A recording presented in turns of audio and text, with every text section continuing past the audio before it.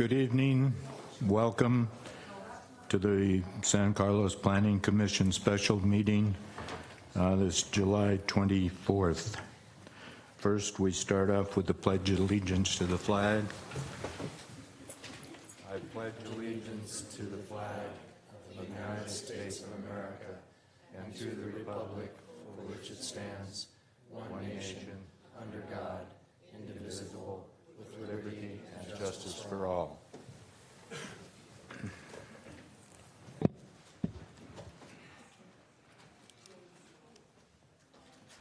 Plenty of seats up front. Could we have a roll call? Commissioner Roof, Commissioner Jacoponi, Here. Commissioner Dugan, Here. Vice Chair Bergman, here, and Chair Bradley. Brad is present.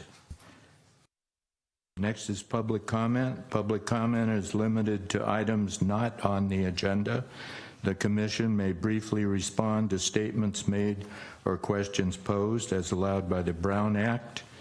However, the Commission's general policy is to refer items to staff for their attention or have a matter placed on a future Planning Commission agenda for a more comprehensive action or report. Since this is a special meeting, we have no approval of past minutes. We do have one election appointment of an officer, and that's to elect an alternate Residential Design Review Committee chair. It's an alternate, would only come when the regular chair from the Planning Commission, Ms. Bergman, was not able to be there. Any discussion or motions from the Planning Commission? Through the chair, I believe there was one public speaker who wanted to speak on an item that was not on the agenda. Yes. That's Laureen Ledner. Yes. Would you come up and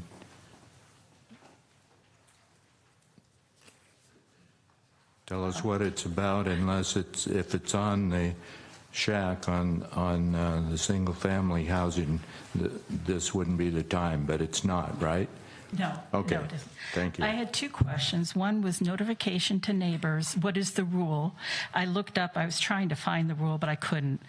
And also the second one is grandfathering. If someone has a property that's 6 inches, as my garage is, 6 inches from the property line, because it was built in 1933 before they were sane, how close can my neighbor, if they extend their garage, right now it's just slightly forward, if they extend their garage toward the back, is it still true you can continue a line even if it happens to be like 2.5 feet or 2 feet from the property line? I would defer to the city attorney or one of the planning staff members.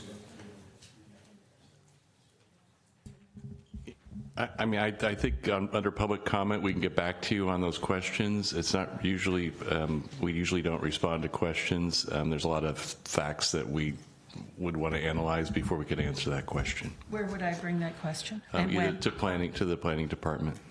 Oh, okay. Just either to Lisa or someone else that she assigns it to. Okay. So I will get back to you on those questions, just so you can put a face to the name. Thank you, Lisa. Okay. Thank you. So we'll go back to the appointment for the RDRC alternate chair.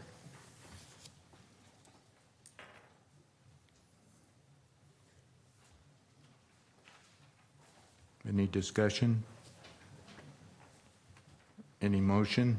We need to fill a position. When I came in here was John, and I'll make a motion to nominate John for the RDRC as an alternate.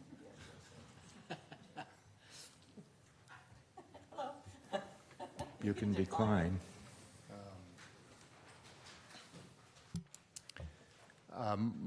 If there happened to be a different volunteer, I would be open to that at this point, as I'm coming up to speed as a commissioner. All the more reason to be on the RDRC.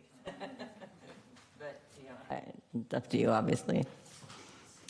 And through the chair, if the commission would just like a little bit of a very quick background, I think you all understand what's before you, but this is something new that's added to the makeup of the RDRC. As you might imagine, with the 3-member committee, sometimes certain things come up, and if we don't have a quorum, we have to cancel. So we felt it would be a good idea to allow a planning commissioner to serve as an alternate in case the primary could not attend. Your predecessors had elected Commissioner Bergman to serve as the RDRC chair. So this appointment would only be in the case where Shannon Bergman could otherwise not attend. And if a planning commissioner was available to attend the meeting and had the time to review the packet, then the meeting could take place. But if, in any case, if either of those conditions couldn't be met, then we would just postpone a hearing. So that's just a little bit of background about why we have this before you. And once again, the RDRC meets the first and third Thursdays of every month, just like the Planning Commission. However, the RDRC meetings start... Thursday. Excuse me, I meant Monday. There's too many dates in my mind. Thank you. The first and third Mondays of the month at 5:30 p.m. Thank you. And Lisa, is this traditionally rotated on an annual basis, or how is this handled? That's correct. Every year there are new appointments made to the RDRC, as well as the Planning Commission chair and vice chair. I think it's a good experience. I was on the Planning Commission for a year, and last year then I was on the RDRC also. It's good experience and a satisfying position, actually, much like the Planning Commission. Sure. With the understanding that this does rotate, I second the movement to make me the alternate residential design review committee. I don't think you can second. You can accept the nomination, but someone else is going to have to second it. Okay. I'll make the second.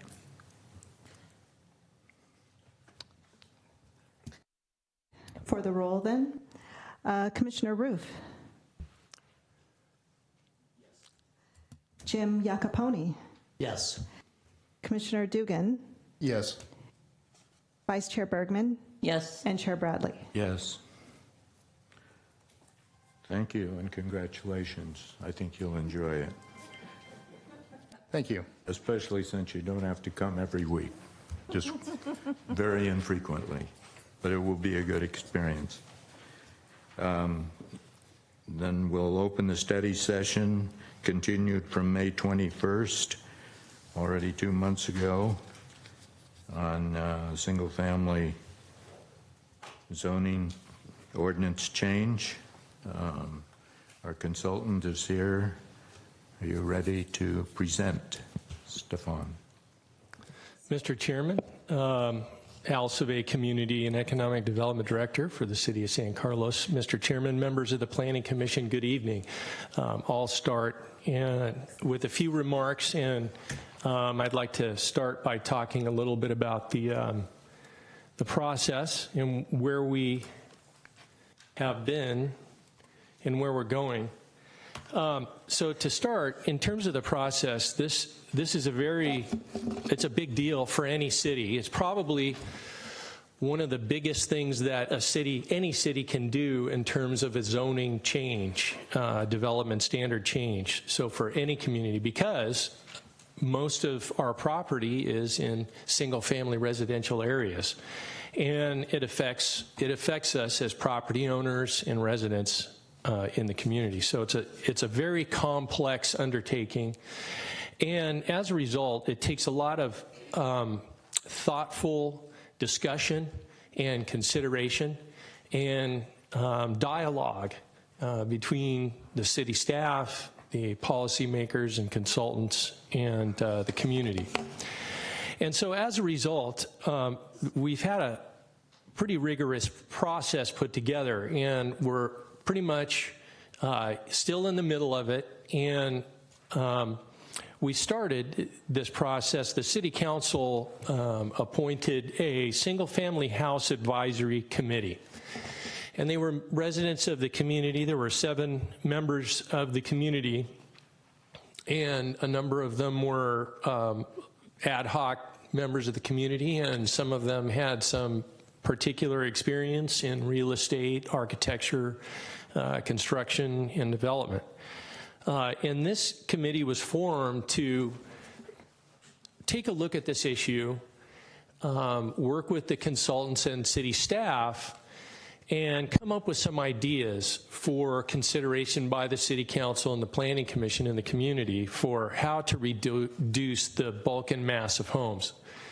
The city staff was charged with, the main issue is houses look too big. A number of folks in the community have been saying through a process that we went through earlier last year to limit lot splits in the community, that houses were also too big. So that's another issue. There's lots of words for it that people use mansions and things like that. But basically, the bulk and mass of the homes, particularly, I think we've heard from a lot of people in the flatter areas of the community, but we have talked to some people up in the areas where you have hillsides. But that's the key thing that we're trying to solve for, is how to reduce the appearance of the homes. And there's other ancillary issues with regard to privacy and the light between homes and privacy in backyards and things like that. And so what the SHAC did, the Single Family House Advisory Committee, they met and researched the issue very extensively. They had 6 meetings and spent hours and hours analyzing this issue and came up with a series of recommendations. And the recommendations that they came up with are somewhat new to cities on the peninsula in San Mateo County, although some of these ideas have been used in other communities, and we'll show you, we'll talk about some of those communities in a moment. In any field, advancement occurs, right? I mean, in engineering, dentistry, architecture, science, we have advancements. And sometimes you can use a certain way of doing things over the many, many years, but you'll find after those many, many years that some of those things just don't work as well as they used to, and maybe there's a better way to do it. And so the SHAC came up with some ideas. A number of them are based on forms, the forms of the building, not necessarily the square footage of the building, but how the building looks to the person walking down the street, how the building looks from the neighbor's backyard. And it was addressed in a form, addressing the form, the bulk and mass of the building, as opposed to just square footage. So they had a number of different meetings. Architects, a number of community architects have taken a look at this thing, and they wrote a letter early in the process in April, and they were very concerned about it. And they had made some suggestions, and we, city staff, then sat, and the consultants sat down with the local architects. As a city planner, I think it's very important to meet with the local architects to get a reality check.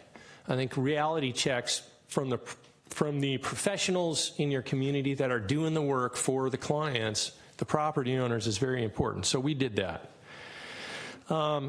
So we had a number of meetings, and it took a while, and it takes a while to understand this stuff. Zoning is not an easy thing to understand. It can be very complicated, and we will do our best to keep breaking this down so everybody understands it. Even I have a hard time with it sometimes, and I've been doing it for many, many years. So we met with the architects. The city council has been keeping on top of this. They're asking questions. We've met with subcommittee of the city council. We had a public workshop back in May and talked to a lot of people. It was a very well attended event. And we had another planning commission study session to start talking about these concepts. And then we had another meeting with the local architects. And we had a number of meetings because they made a number of suggestions, and we wanted to see if we could work that out with them and see if we could come to something that they thought would be reasonable based on their practice. And so you'll see tonight that city staff is making some additional recommendations on top of what this single-family house advisory committee has made to accommodate the requests of the local architects. And so tonight we're at another Planning Commission study session. This is a step-by-step process, and I talked to a few of you this evening, and we continue to talk to each other on the phone and in emails, and we will continue to do that. And we'll just keep trying to answer your questions and get to some solutions. It may take a while, but I believe that we can get there and have some good solutions for our community. So some of the suggestions that we've heard from the public, and I'm just going to touch on a couple of these before Stefan, our consultant, gets into some real details. Also, you'll see here in front of you, we have a number of different models that Stefan's going to walk through, and feel free after the meeting, or if the Planning Commission wants to take a little time to look closer. But Stefan is going to walk you through how these forms work and compare the existing standards to the new proposals that we're talking about. But what you see on the screen is some of the suggestions that we've heard from the public. Control house size by floor area ratio. And what floor area ratio is it's the gross size of a house, the total square foot of the house, divided by the lot size, and then you get a number. And some communities put a number on it, 50%, 60%, 70%, and that's what you get in terms of how much square footage you get. But what FAR does, or floor area ratio basically does, is it regulates the volume of the house, basically the amount of square footage. But what it doesn't do, and I think the big difference in what the form-based approach that we're taking here and this FAR approach is that you could have a 2,500 square foot house next to a 3,200 square foot house, and the 2,500 square foot house would look bigger to the person walking down the street. And the Single Family House Advisory Committee talked about this in great detail, and I know that a number of other communities in San Mateo County and in the area use floor area ratio as a volume, and I've used it myself as a city planner. But that, I think, in talking about how to reduce the bulk and mass, it's not the only way to do it. It's just one way to do it. People talked about daylight plane.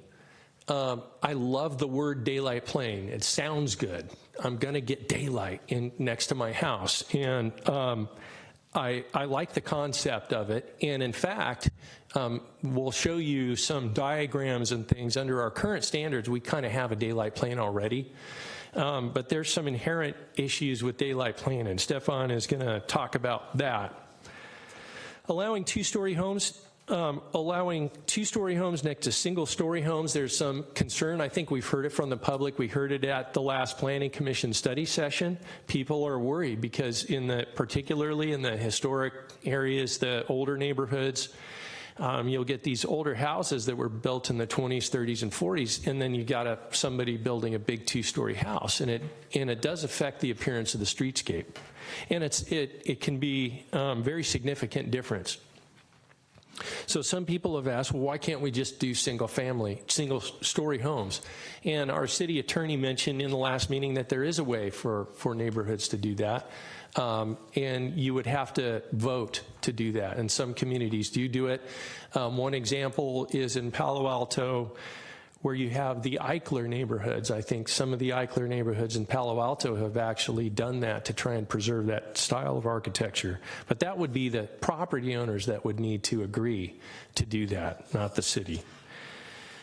In terms of protecting privacy and views, I think that what you'll see is that these proposed standards do improve light and air and privacy, particularly in the backyards, and Main body and wings, what other cities regulate main body and wings? It says it there. I'll let Stefan touch on that if necessary. And then let more neighbors know about applications for new homes and additions. And we are going to make some changes in the way we review new houses and big additions in our community. We have a design review committee. It's called the Residential Design Review Committee. And the City Council recently made some pretty significant changes to the makeup of that group to improve the performance of that and to work more closely with the neighborhood and architects. There will be a professional architect on this committee. One of the suggestions that we will be making is to increase the notification to neighbors from 150 feet around the property to 300 feet around the property, things like that. So those are just some of my initial comments, and I think what I'm going to do is hand it over to Stefan to talk a little bit about some of the concerns from the local architects. Thank you, Al. Good evening, Commissioner Bergman, Chair Bergman, and members of the Planning Commission, members of the San Carlos community. I'm Stefan Pellegrini from Opticos Design. I'm an architect and urban designer and a planner. I'll start with sort of a review of some of the information that we went over with the local architects in 2 meetings. And then I'm going to talk with you a little bit about some of the proposals that we have been discussing around making changes to the RS6 zone. I know that some of this is information that we had an opportunity to review in the last study session, but we have new members today, which is exciting and great. So look forward to speaking with you about this. Some of these items we actually will touch on in the presentation this evening. Al mentioned concerns over FAR and daylight plane, and I will spend a little bit of time talking about that tonight. The architects had asked us for some additional flexibility in how we are approaching the standards, and we've had a chance to discuss that in more detail with the architects who have participated, and we will be sharing some ideas with you tonight about how we do think we can provide some more flexibility based on their recommendations. I will touch on this as we sort of move forward in the presentation. Oh, that's great, it works. So just to reiterate from before, some key findings that we discovered during our initial fact-finding process and discussions with the SHAC, which I think are important to recognize, is that the existing zoning envelope in the RS6 zone actually allows for houses that both look and feel large, and that the main control that we see being exerted today that's actually controlling the size of houses is actually the 50% maximum lot coverage requirement. And so that, if you can sort of imagine that, that is the 50% lot coverage is generally controlling how big the house can be on one floor. And then you can go up a full another story once you've sort of established that, and that lets you sort of arrive at the maximum square footage for under the existing zoning standards. And what we, I think, have seen is that historically the zoning envelope has always been considerably bigger than the size of houses that are built. But in recent years, we've seen more and more houses be built more closely to the zoning envelope. What we also sort of have realized is that there are good and best practice design features that we can integrate into the zoning standards that are actually not encouraged or possible today. And the SHAC was sort of very interested and concerned in trying to understand how we could both combine standards that are more restrictive, but also provide for additional flexibility that would provide and incentivize better design. So we've shown these models before. These are some examples of the house that the zoning envelope describes or allows. And as I mentioned, what we, I think, sort of are increasingly realizing is that the actual houses that are being constructed are very similar to this zoning envelope. So these are some studies of the massing done on 50 and 60-foot lots. This is an existing built example that came up for discussion with the shack many times as an example of a house that looked and felt too large. And you can see many of the features that under the existing zoning that are contributing to this form. The second floor that's slightly smaller than the first floor, a large percentage of the facade that actually is given over to a large two-car garage, and a very wide presence that takes up the sort of full setback to setback at the street. And this sort of started a conversation about how some of these things actually could be improved. So I'm going to review 7 topics tonight, and I'm going to sort of do a brief overview, and then we do have some additional information that we can cover in more detail on any of these topics as we move through the content. And I will at many times bring up some of the issues that both the public has raised and were raised with our 2 meetings with the architects, and try to communicate sort of how we're thinking about those right now.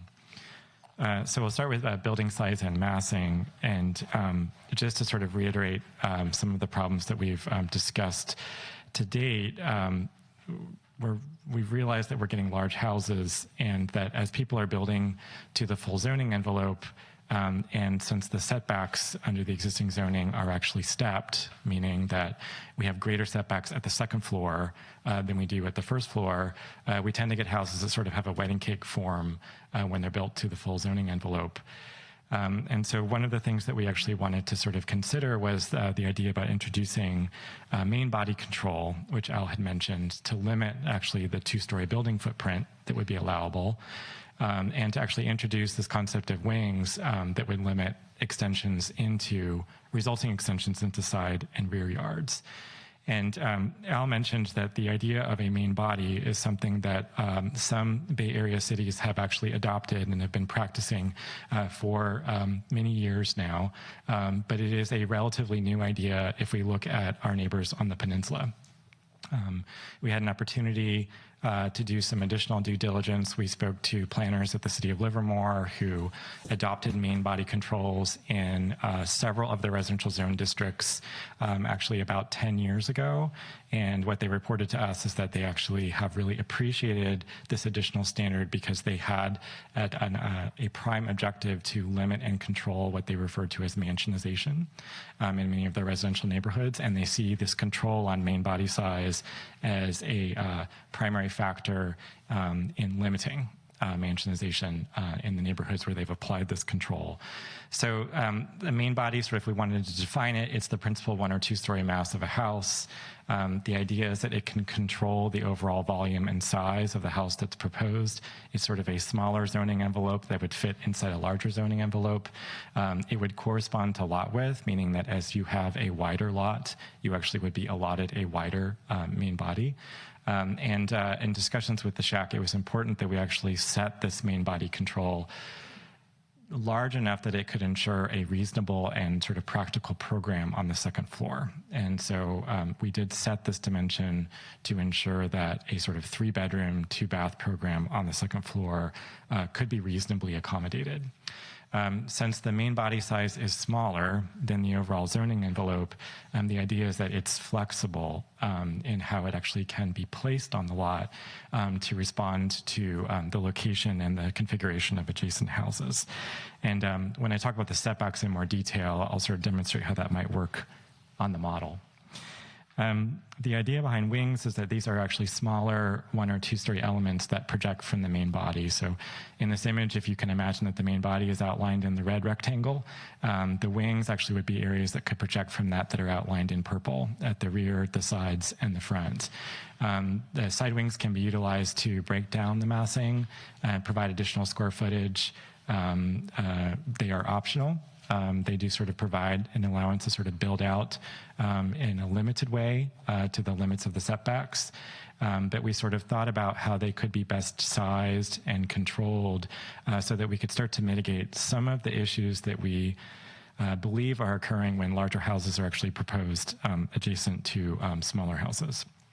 And again, I'll try to talk about that in a little bit more detail. So this is sort of a summary of the main body controls that we are proposing. You can see that for very small lots, there actually would not be a main body width that would be proposed. And then as you go up from that, you actually sort of incrementally increase in width up to a width of 42 feet. And there is a sort of typical main body depth of 45 feet. Why do we pick 45 feet? Because 45 feet is a good average of about how deep many houses in the main body of many houses in San Carlos is. It's sort of a conventional round number. Some are 36, some are 47, but it was sort of a reasonable place to sort of set an appropriate depth where we could ensure that new houses would not start to sort of adversely impact the rear yards of adjacent houses.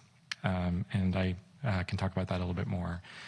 For wings, we actually are proposing a maximum width of 18 feet, and that they actually would have a requirement to be separated apart from each other, somewhere between 14 and 18 feet, so that the mass that actually is presented that can grow closer to the adjacent neighbor would be limited by the width and depth of those wings.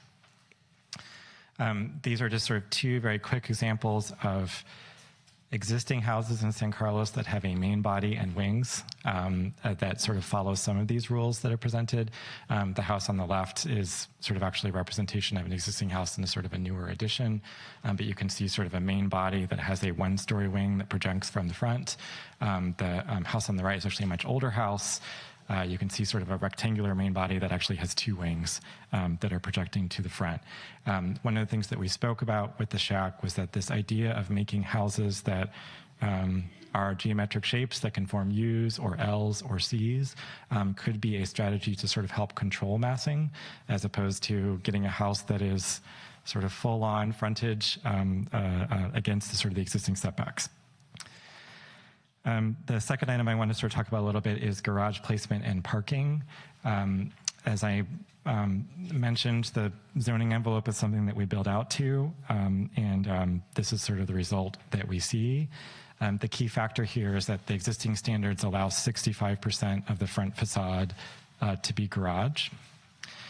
And when we asked folks in the community and when staff asked folks in the community to actually present and discuss some of the houses which they felt were too large, the two-car garage can be described as a significant element of every house that was actually proposed as being too large.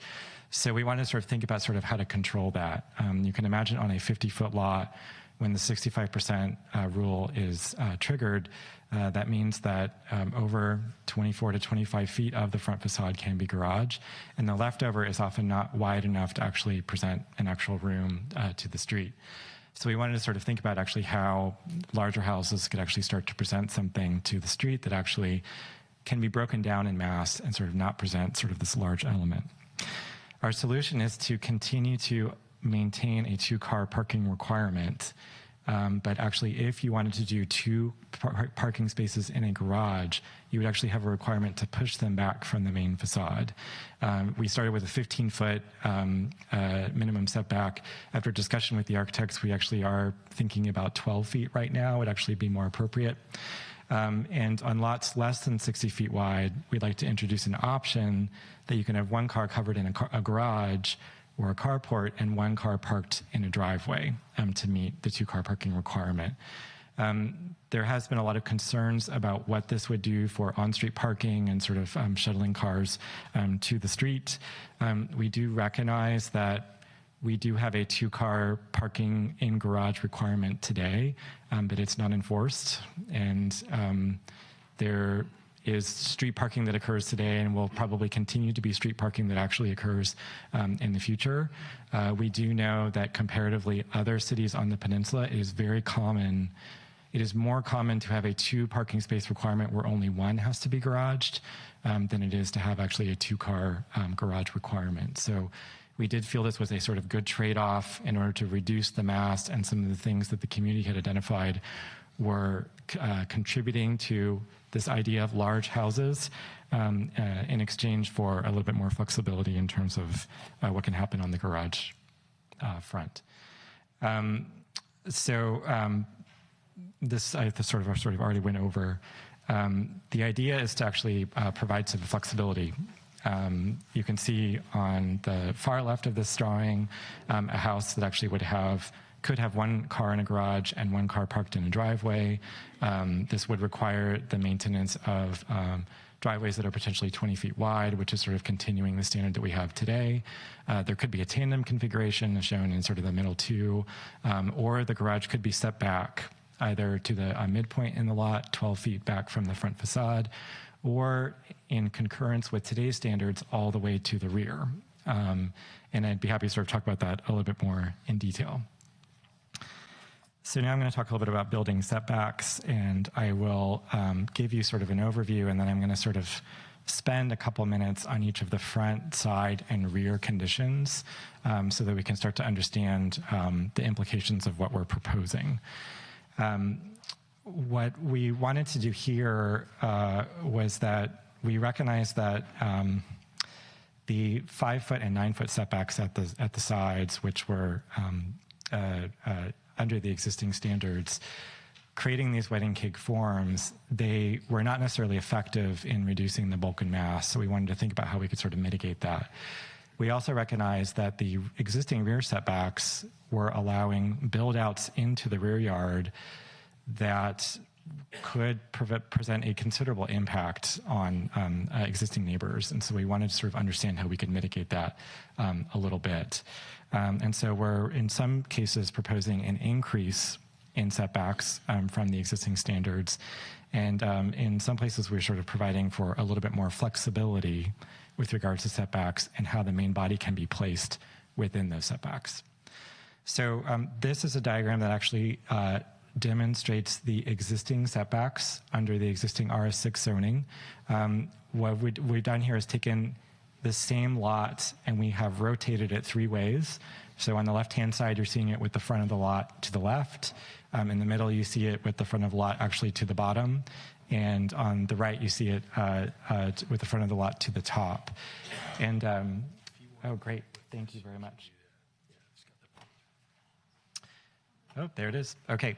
So, and underneath, we're showing a section through the zoning envelope. So this sort of is representative sort of the massing and the bulk of the house that you have allowed.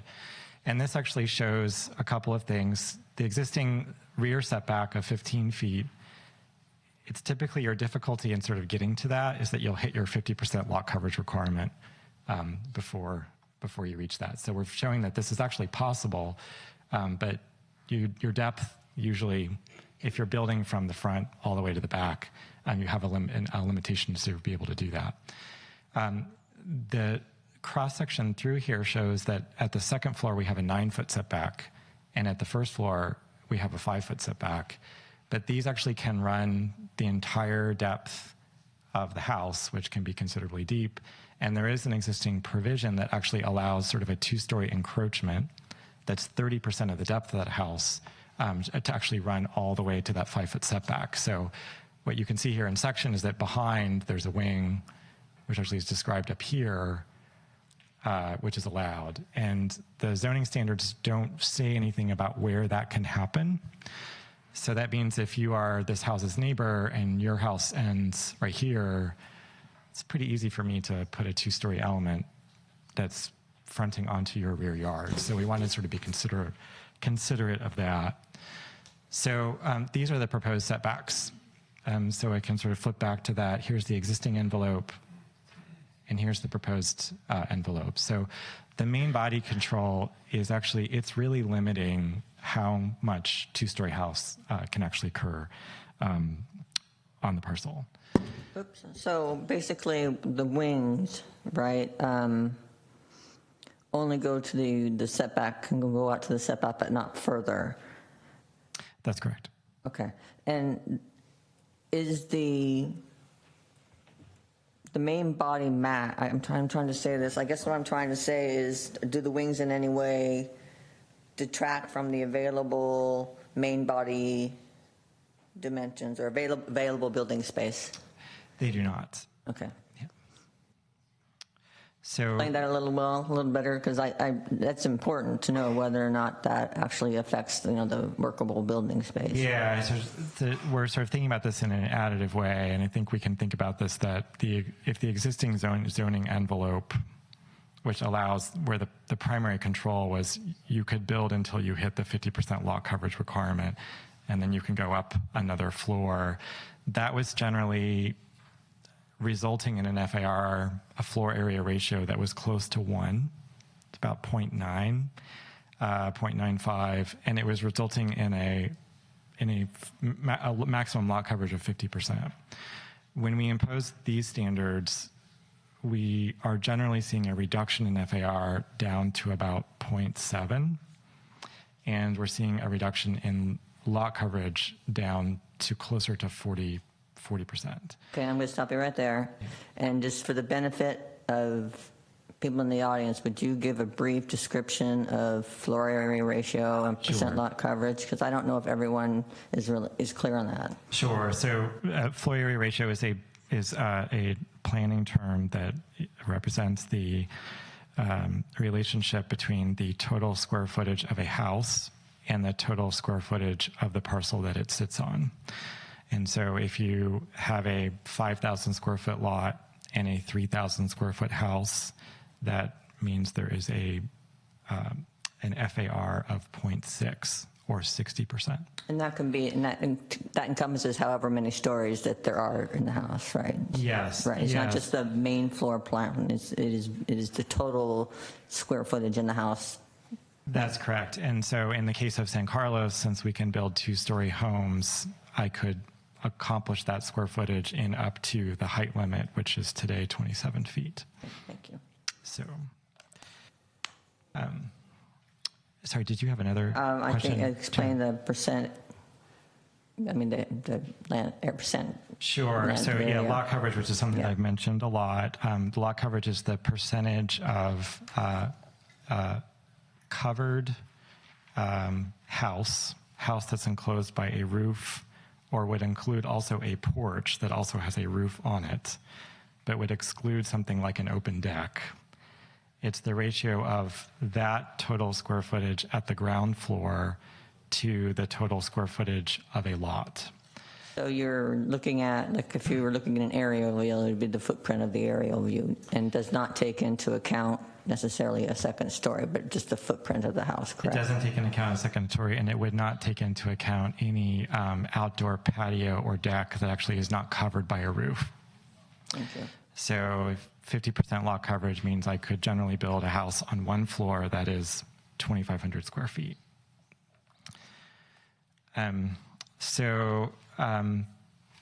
don't know if I can switch over to the model real quick, but just to sort of give you guys sort of a demonstration. Can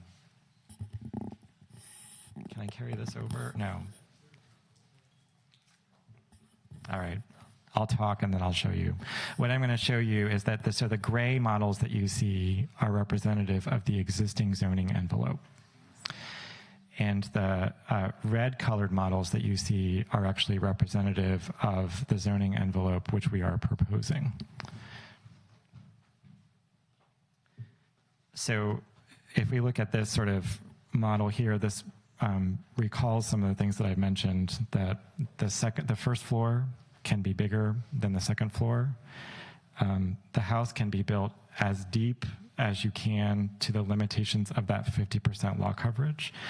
So a good thing to sort of keep in mind is that on a general sort of 100-foot lot, there's generally about 70 feet of building area that you could place along your setback line if you can manage sort of the lot coverage requirement. And this shows that there is 30% of the depth of that house where I get to encroach on that second floor setback. So for the most of the house, the setback is at 9, but for about 18 feet, which is about 30% of 70, I get to sort of go the full length. So, and this is representative of what we were talking about, sort of on a similar lot. The main body would actually be controlled by width, which in this case would be 32 feet, understanding that on the same parcel, today I could build a house that actually would be 40 feet wide. And the depth of the second story, of the two-story form, would be limited to 45, whereas today, again, if I can manage my lot coverage requirement, I could build up to 70 feet deep. So there is sort of a limitation and control in the main bulk and size of the house. So just for clarification, the way that I read, I have this thing here, the way that I read the zoning proposal is that we would have, there'd actually, no matter how deep your lot is, right, whether it's, you know, however deep it is, the depth of the house would not be able to exceed 45 feet. Is that correct? The depth of the main body. Of the main body. Yeah, and then... Okay, so wings can exceed by 18 feet out the back if we wanted to, depending on lot size. So what this one shows is that off the back here, I can extend a wing, and this wing is 18 feet wide, and it shows that on the first floor, I can actually do a deeper wing than I can on the second floor, and I would have to place this, if it's 2 stories behind the main body, at 9 feet from the side instead of 5. So I'm controlling, essentially, how much of the 2-story mass I can actually put in the rear yard in the place where I'm sort of concerned that actually might be of greatest concern sort of for the neighbor. And then what this also shows is that I can build side wings off of that main body to the limitations of that 5-foot setback that actually would be generally 14 to 18 feet spaced apart from each other. And can you explain to me the difference between this gray square and the white square, the white lines? Yes, the white lines actually are representative. You're talking about this line right here? Yeah. The white line is representative of the setback at the second floor. Or second floor setback, And okay. the purple line is representative of the setback at the first floor. Thank you. Sorry, I just ruined the whole house.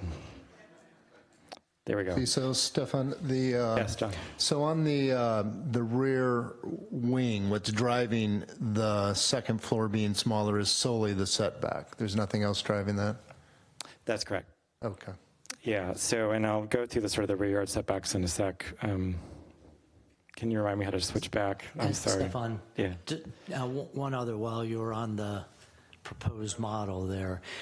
On the side of this particular lot that is in the 5-foot zone, where you're going to have 2 full stories at that setback, was there any discussion about retaining some amount of second floor additional setback to give some kind of a step look and not just have a big wall? Yes, there was. And it might be best to talk about that in the context of the daylight plane discussion, which we can get to shortly.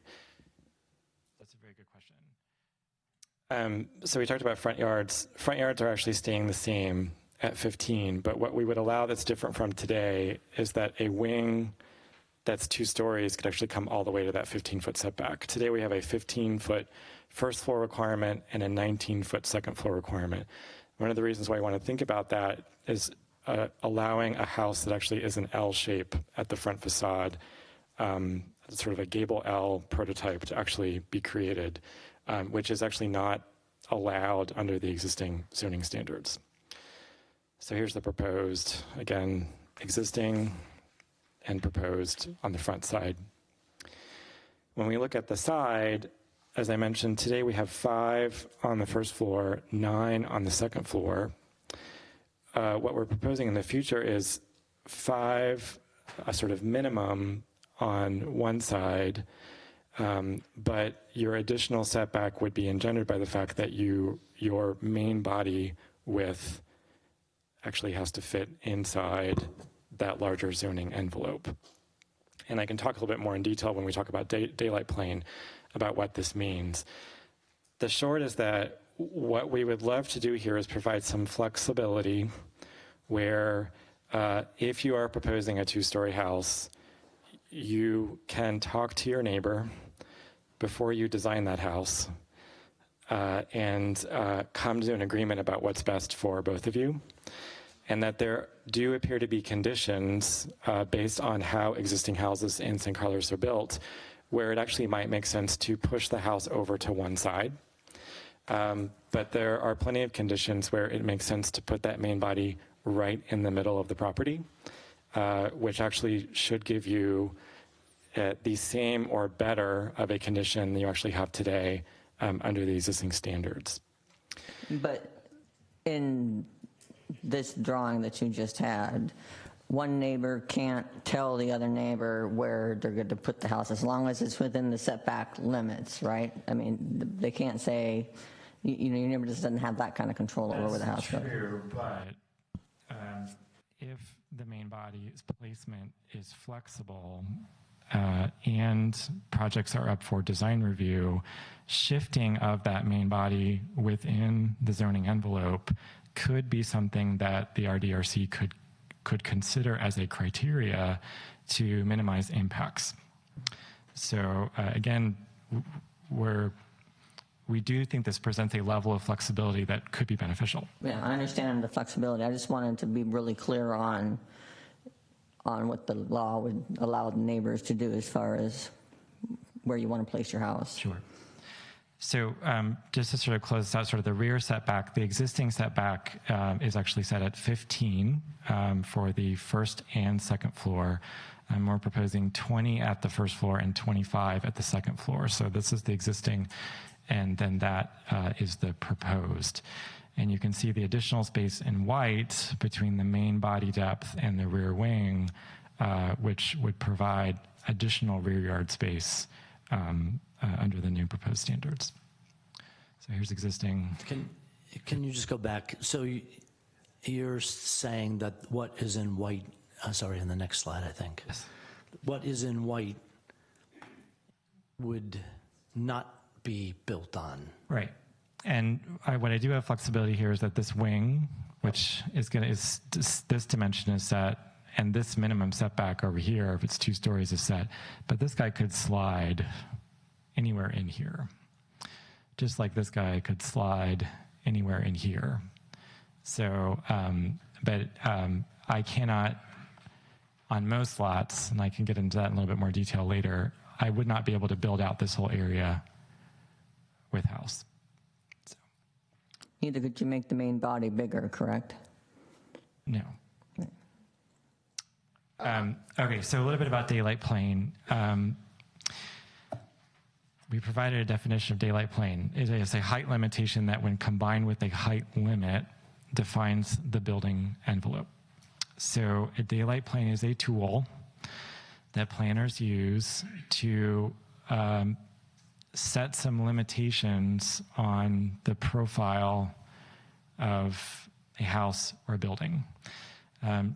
Daylight planes are utilized in some peninsula cities. Some of your neighbors use this, not all of them, but some of them do. And the way they use it sort of differs. But if we generally sort of try to sum that up into one sort of generally approach, they typically are defining an envelope, a zoning envelope, that's set between 10 and 22 feet above the side property line at a 45-degree angle to the height limit. And I have a diagram to sort of try to explain this to you. The existing RS6 standards, as Al mentioned, they do emulate sort of a daylight plane standard. When you see in other communities where the second floor setback is greater than the first floor setback at the sides, those are emulating a daylight plane. So as I mentioned, cities don't all use this in the same way. But this blue line, if you can imagine, this is a cross-section through a parcel. This blue line is generally representative of a daylight plane that other cities impose. The reason why we generalize this is because it's not an apples-to-apples situation. For example, Palo Alto sets that line at 10 feet. So you can imagine that this part of the triangle, instead of here, is actually down here. But they allow buildings to be 33 feet tall. And so they're limiting how much you can do on the side, but they're ultimately allowing a much taller building at the middle of the property. So it's difficult to say, oh, well, Palo Alto says, 10 and 45, so we should do that, because everybody is sort of approaching the zoning envelope in a different way. Where you see the number get really high, those cities are generally, they are controlling the form of the roof. They're making sure that the roof actually does not get too tall, and they actually also might be controlling things that go on the roof, like dormers and other things that can sort of increase the mass of the house. Most cities also exert this, but they all have some exception. They say, well, here you have to be under this daylight plane, but a percentage of dormers might be exempt, or a percentage of the house actually might be exempt from this requirement. And so what you have today is sort of emulating this, because you have the 9-foot setback at the second floor, you have the 5 foot at the first floor, but you have this allowable area that can encroach, this 30%, which does not sort of meet that daylight plane standard. So we chose the 16 because it's sort of a general average for sort of what we're trying to achieve. And we wanted to kind of give you this information and then sort of show you how these standards actually might react to this concept of daylight plane. The thing that that we've discussed internally and discussed with the architects, and one of the reasons why we're wary of imposing a daylight plane, is that it establishes a sort of a minimum slot, which is a space you can imagine from side yard setback to side yard setback along between your house and your neighbor's house. It establishes a minimum slot, but how much sun and when you get sun in that slot actually depends on many other factors that it doesn't control, because it depends on the orientation of your lot. It depends to a great extent to the amount and nature of landscaping on your property or your neighbor's property. It depends on the positioning of adjacent structures. And so a daylight plane in and of itself actually doesn't present something that can guarantee light and air at the side yard setback. We're also concerned about this because if we look at two parcels adjacent to each other, you can see that that slot is not great. It doesn't sort of, if you think about sort of the space between two buildings, right, where we're talking about 10 feet at the ground level between buildings that actually might be 70 feet deep, it's difficult to think about that as a high quality space. Even if it's two one-story houses adjacent to each other, we have some, you can tell I'm expressing some skepticism about the effectiveness of a daylight plane. I'm not clear on, I mean, you say 45-degree angle, but what 45-degree angle are you referring to? Could you show me on the model what you're talking about? Yeah, I can show you here. If you look at the blue line on this diagram, and so cities that have a daylight plane, if you look at the standard, it will say a line drawn at a 45-degree angle from the side property line at a certain elevation, which in this case is somewhere between 10 and 20 feet based on the city. And so you draw a 45-degree angle in towards the center of the lot up to the height limit, which in the case of San Carlos is 28 feet. And so that blue line that's sort of representing like a trapezoid, Okay. it's basically saying that the bulk of the house needs to fit underneath that line. Okay, thank you. So we understand that it's sort of not, it doesn't solve everything, and that this issue about minimum side yards providing a reasonable exposure to sunlight, that the daylight plane, it doesn't, in and of itself, we're skeptical about its ability to sort of solve that problem. And so we want to sort of think more carefully about this before sort of we would impose this kind of standard. Does a daylight plane sort of blow your wings out of the water? Well, not necessarily, because I mentioned most cities allow exemptions. They never say everything has to fit under this envelope. They say, well, almost everything needs to fit under this envelope, and here's some things that can protrude beyond this envelope. So what we have up here, which I wanted to illustrate, is that your existing standards, as I mentioned, they basically emulate a daylight plane, because at the second floor, there is a greater setback at the side, 9 feet. And so you can see how the house fits under that blue dotted trapezoid. But of course, you can still do 2-story wings for a percentage of the depth, which can be built outside of that envelope. And that is in keeping with how other cities think about daylight plane. What we're proposing is a main body control that is actually set to fit under a similar standard if you put it in the middle of the property.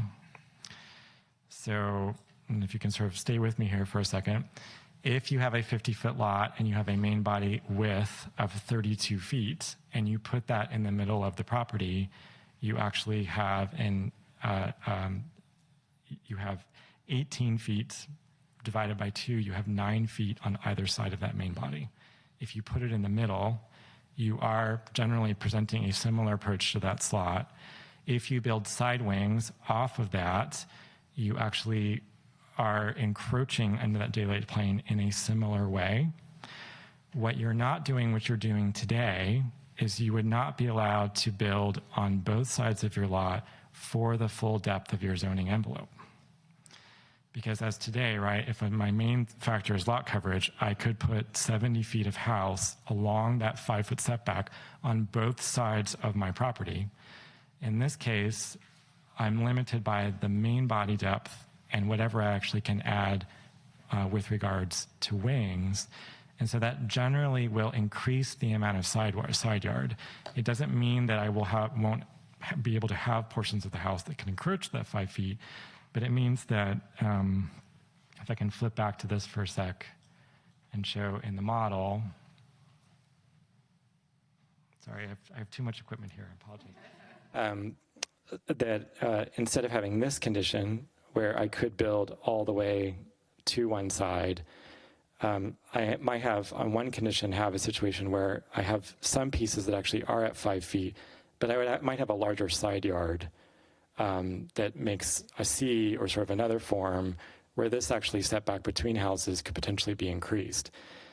Again, what I mentioned is that if that's not going to work out for my neighbor, I could put this house in the middle and present this second floor massing the same way as this one is, and then I would be allowed to build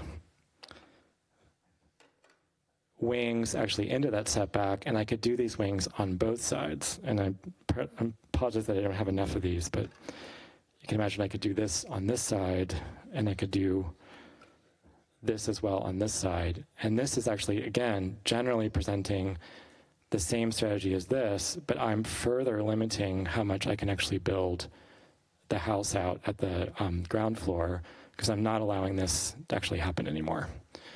But if you were to push that house to the right, to the gray line, then you wouldn't be able to put wings there. If I put the house here, yep, I wouldn't be able to. I would not be able to put wings here, but I could put wings on that side. So it's a bit of a trade-off, because I'm saying previously I could do this for 70 feet at the first floor, but now I can only do it for 45 feet on 2 floors. Previously, I could put this part of my second story all the way back within 15 feet of the rear property line, which is invariably is going to have an impact on my neighbor's yard. And today, I can't do that anymore, but the trade-off is that I actually can put 2-story massing much closely more related to the massing of my neighbor's likely house. So we're sort of trying to kind of think about how we can sort of best address some of these issues. Again, what we're thinking is that this would not be a requirement. It would create a possibility to provide some additional flexibility. And there could be a condition, to slide this guy over, where my neighbor, this is a condition we see in San Carlos a lot. my neighbor actually has a rear-loaded garage, and they have a greater setback on this side. And they may actually have the sort of kitchen and private side of the house here, and the sort of more public amenities on the other side. And it actually may make sense to do this, and I'm still actually maintaining the same distance between houses as I would if I put everybody at the setback. If you can go back to the other diagram. Oh, sorry, I didn't realize that this one actually collapsed, sorry. So I'm just showing that here. In the bottom one here,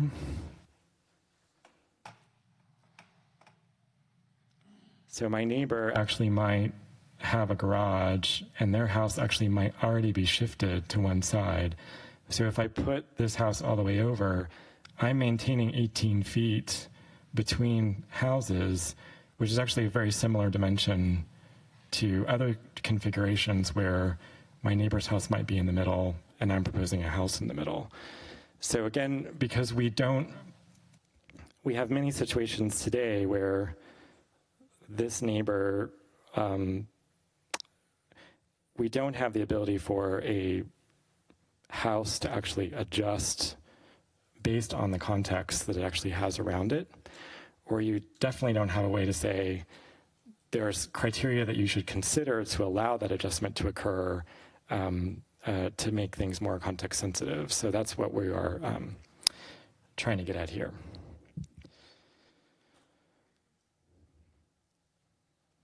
Stefan, I had a question on wing size. How did you come to a maximum wing width of 18 feet? Is that like an average bedroom size, or like how did you think of that? So 18 feet is pretty generous. We can think about a typical bedroom might start at 11 to 12 feet in width. Master bedroom might be closer to 16.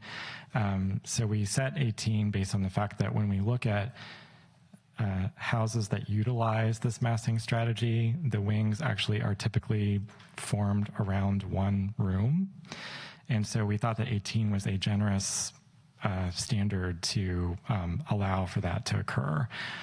What it means in a floor plan, again, if you have a main body that can already accommodate a reasonable practical program, it means that you could use that wing to actually extend. So you actually could create a master suite, or it could be a master bath suite that comes off of a master suite that actually could fit within that general program.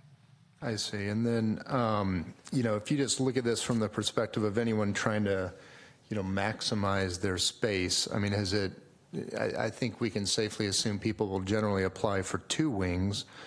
And is that is that useful space? I mean, the gap between the wings, I'm just trying to think, is there any unintended consequence of just having 2 wings with, just a sort of dead space on the side of a house?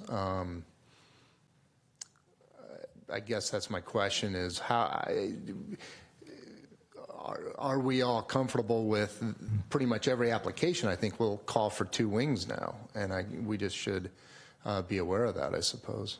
Yeah, I mean, generally we looked at that dimension so that if you were adding wings to the width, you would generally get 1. As the houses get bigger or the main body size gets wider, you would be able to do 2.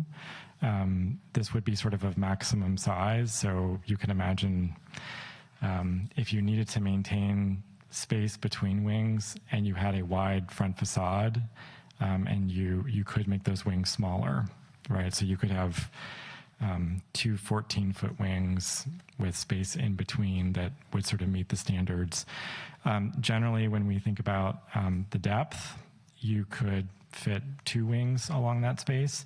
But again, there would be sort of no requirement. What we believe is that we are setting the main body size to actually be relative to a reasonably sized square footage house that could be proposed. And so there would be no requirement that you sort of need to capture that additional square footage. There definitely, as you said, would be an incentive for you to do so. But we wanted to sort of make sure that when that was done, it didn't just result in the full build out to the zoning envelope, which is one of the problems that you appear to be having now. Got it. And then are there restrictions on the number of wings? I mean, you can put 2 on a side, It would be- 1 in the back. It would be based on the dimensions that you have, and so in terms of the spacing between wings. And we've generally set a number between 14 and 18. We started with 18. The architect said, could you put them closer together? We think that's too restrictive. So we're considering even down to 14 now. But again, since if you only have 45 feet of depth on the main body, there's going to be a limit to how many that you could do. Right. Yeah, I mean, the answer would be 2. I mean, if you take 45 feet, Right. take 14 out of it, you have 31 feet. So you can't even do an 18-foot wing if you're going to do 2 wings. I think you're stuck Right. with 17 and 14 Yeah. at that point. Yeah. So I would expect nearly every house then we would see would be 45-foot main body with a 17-foot and a 14-foot wing. I mean, we're pretty much calling that out as, what anyone would do. And are we concerned that, that strikes me as pretty restrictive in a way that we're going to end up with kind of one style of house. It's going to be the San Carlos 2-wing, 17-foot, 14-foot wing, pretty much defined. That is possible. It's clear that many architects have found a way to deliver a San Carlos house today under the existing zoning. It's always difficult to understand how these standards actually might be interpreted. I would just go back to say that there are floor plan prototypes that are T-shaped or C-shaped or L-shaped, which are very common in neighborhoods that have houses of modest size, and that we would hope that this kind of standard would allow for a wide range of those configurations to be produced. But it is definitely possible that you would start to get one choice over others. I think it's difficult to sort of ascertain what the impact of that might be right now. Okay. So. Why, I don't know, maybe Al can answer this, but when you're limiting the depth of the main body to 45 feet regardless of the lot length, or lot depth. So why, or did you consider having the depth of the main body adjust proportionately to the lot depth? Why are we clipping it? Because at a certain point, you're going to start affecting home values if you only allow a certain size. I mean, we don't have to go with McMansions, but I mean, when you get up into those higher lot sizes and you're clipping it at 45 feet depth, that sort of doesn't quite seem right. I mean, we need to protect our current homeowners, but the people that aren't here are future homeowners who will be members of our community and will want the best house value that they can get. So I'm wondering why we didn't adjust it proportionately. There's some adjustments in here, and Stefan can talk more about it, but the idea was to limit the second floor mass, and the 45-foot would allow for a 3-bedroom, 2-bath configuration floor plate on the top every time that we laid it out and did the floor plan. So that was the minimum that we talked about at the shack. And what we also talked about was allowing the first floor then to expand out.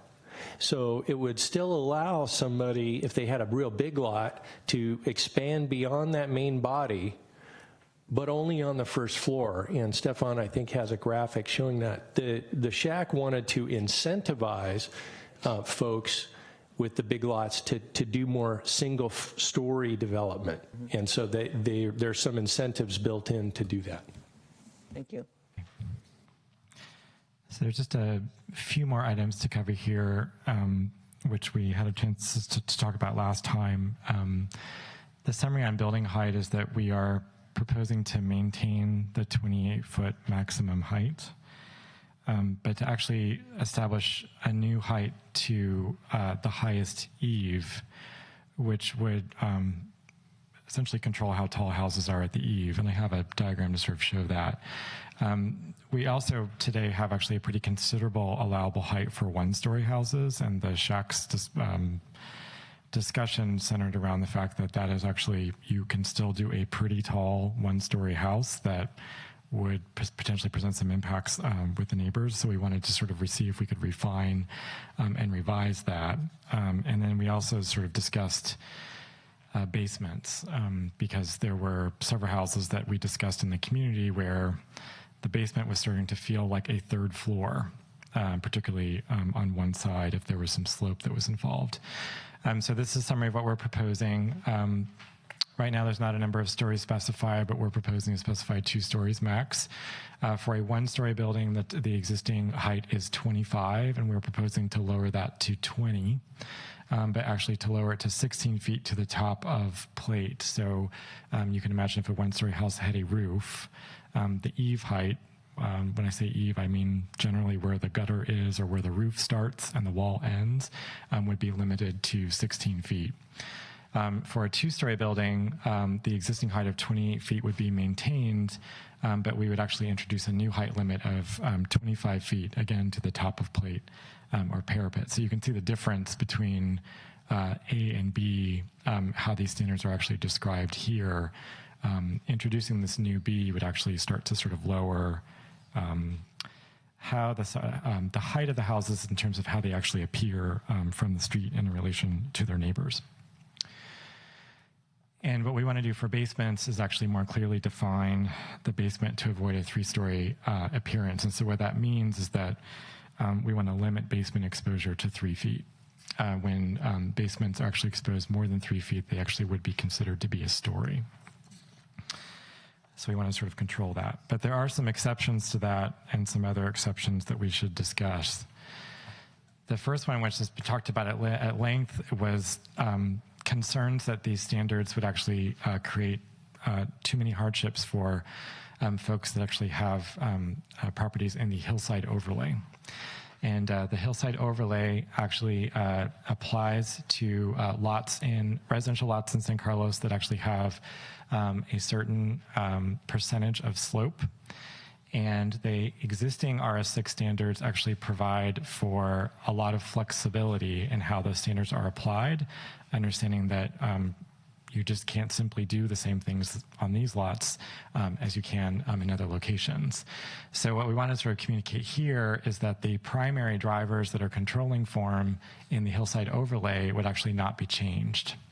When we look at sort of how parking is proposed, requirements for additional garage setbacks that we've been discussing, for example, would not apply in the hillside overlay. There are additional provisions for overall height to exceed 28, actually go to 35 feet, and we're not proposing to change that as part of these changes. And there are new standards that we would put into place. One, to control that issue of basement exposure, and 2, again, to sort of control the height of the house in relationship to the eave line and what the house looks like at the roof form. Stefan, if I might interrupt, Mr. Chairman, too, I just wanted to note that before the meeting, I was talking to 2 ladies in the front here, and one of them showed me a picture on her iPhone about this exact situation where there was a hillside, and people are concerned about when you look up from the rear of a large home and you're the house down below, under the current standards, because of that 6-foot difference on the bottom of the hill there, it looks like a 3rd story currently under the current conditions. And so the ladies were asking me, well, how would you change the hillside areas, to make those houses look smaller, particularly at the rear? And so these 2 standards would control that appearance at the bottom to make it, lower. So the house would actually have to step more down the grade. So if you can imagine, if there's a slope like that, that as you get down the hill, the top of the floor, the floor plate would have to go lower into the ground. And they would have to bury the house more into the ground to achieve this, thus making that back look lower. Thank you. The other issue is one that Al had mentioned previously, which is that on narrow lots, in this case, lots that are 49 feet or in width or less, we want to provide a provision where a full build-out of the rear portion of the zoning envelope would be allowed. So you can imagine on lots that were wider, where we would be limited to this 45-foot main body depth. Once I go beyond that, I would actually be limited to this sort of wing size. The Shack felt it was really important that we allow and encourage the expansion of one-story home, particularly one-story homes in San Carlos that are on narrow lots that would otherwise be constrained from making additions.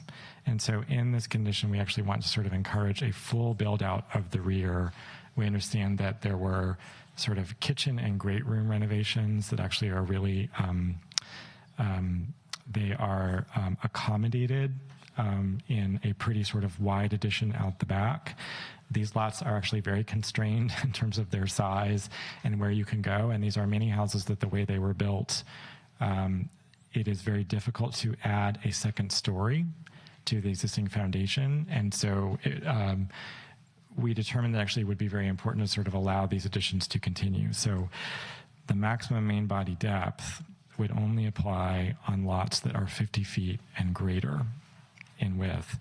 49 and below, you would be allowed to build out at the rear to the full extent of the zoning envelope.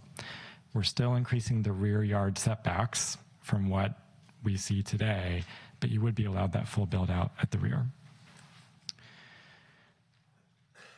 So I touched on this at the beginning. We ran some sort of resultant calculations, again, when we think about the square footage of the zoning envelope. And our findings are generally this. And sort of on the left, we see the existing standards that are presented. On the right, we see the resultant calculations when we say how much square footage could fit inside the zoning envelope that we're proposing. To clarify, these numbers include the total amount that you could fit in the main body and the total amount that you could fit in all of your wings and a garage, whether it is attached, connected to the house, or detached. And the existing standards show the same, what you could sort of put in the existing zoning envelope. So we generally are considering a reduction in lot coverage of about 10%. And we know that the lot coverage standard in San Carlos for quite a while was 40% before it was increased to 50% in the previous changes to the zoning code. We have a pretty high FAR that's allowed under the existing zoning. This is a resultant FAR. FAR is not controlled today on residential in the R6 zone, but if you are achieving 50% lot coverage, you can achieve close to an FAR of 1, and that generally is landing around 0.7 to 0.75 when we look at the resultant calculations of these new densities. We looked at this for a range of square footages and a range of house sizes. We sort of wanted to make sure that we were getting the right amount of the right kind of data in terms of what we see. And so you can sort of generally see lot coverages are ranging 39 to 41%, FARs 0.69 to 0.78. So just to close, we went back to this house, and I started to sort of bring this up at the previous presentation. And I do want to say this actually is quite a nice house. It does have elements that folks on the Shack agreed were contributing to this issue of house size. So I don't want to beat up on this too much. But if we impose these kinds of standards, generally, we would see some dimensional reductions in what would be proposed. And there's another argument or a discussion that we can have about house design. But we did sort of want to demonstrate that if we imposed main body controls, for example, on this kind of house, we would see a general reduction in the size of the house that's presented at the street from 50 feet down to about 36 feet. We would generally see a reduction in the amount of house that is attributed to garage at the front facade from about 24 to 26 feet down to probably 14 feet. And we would see the mass of a portion of the house shifted back sort of away from this plane to actually sort of, again, present a little bit less mass, sort of as you can sort of see it from the street. So we did this sort of as experiment. The architecture, as I mentioned, is another layer which would sort of be required to sort of think about this. But this did start to suggest some things that the standards actually might be generating or meeting some of the issues that actually are contributing to house size. So there's the existing, and there sort of is the proposed model there shown in a rendering. So one last piece is processing and review that I touched on, is that we're thinking about this in tandem with how the RDRC actually might be considering and reviewing projects, but also staff's ability to work with applicants to interpret and in some cases provide relief on how some of these standards would be imposed. So some of the things that we've discussed are relaxing processing requirements for basements. Right now, it's actually very difficult to put square footage in a basement. What we are seeing in other high-value communities in the peninsula is that there is a push to put some of that square footage underground in a way that actually lessens the impact on neighbors. Right now, from a procedural standpoint, that actually is not so easy in the city of San Carlos, so we want to think about how that actually might be relaxed.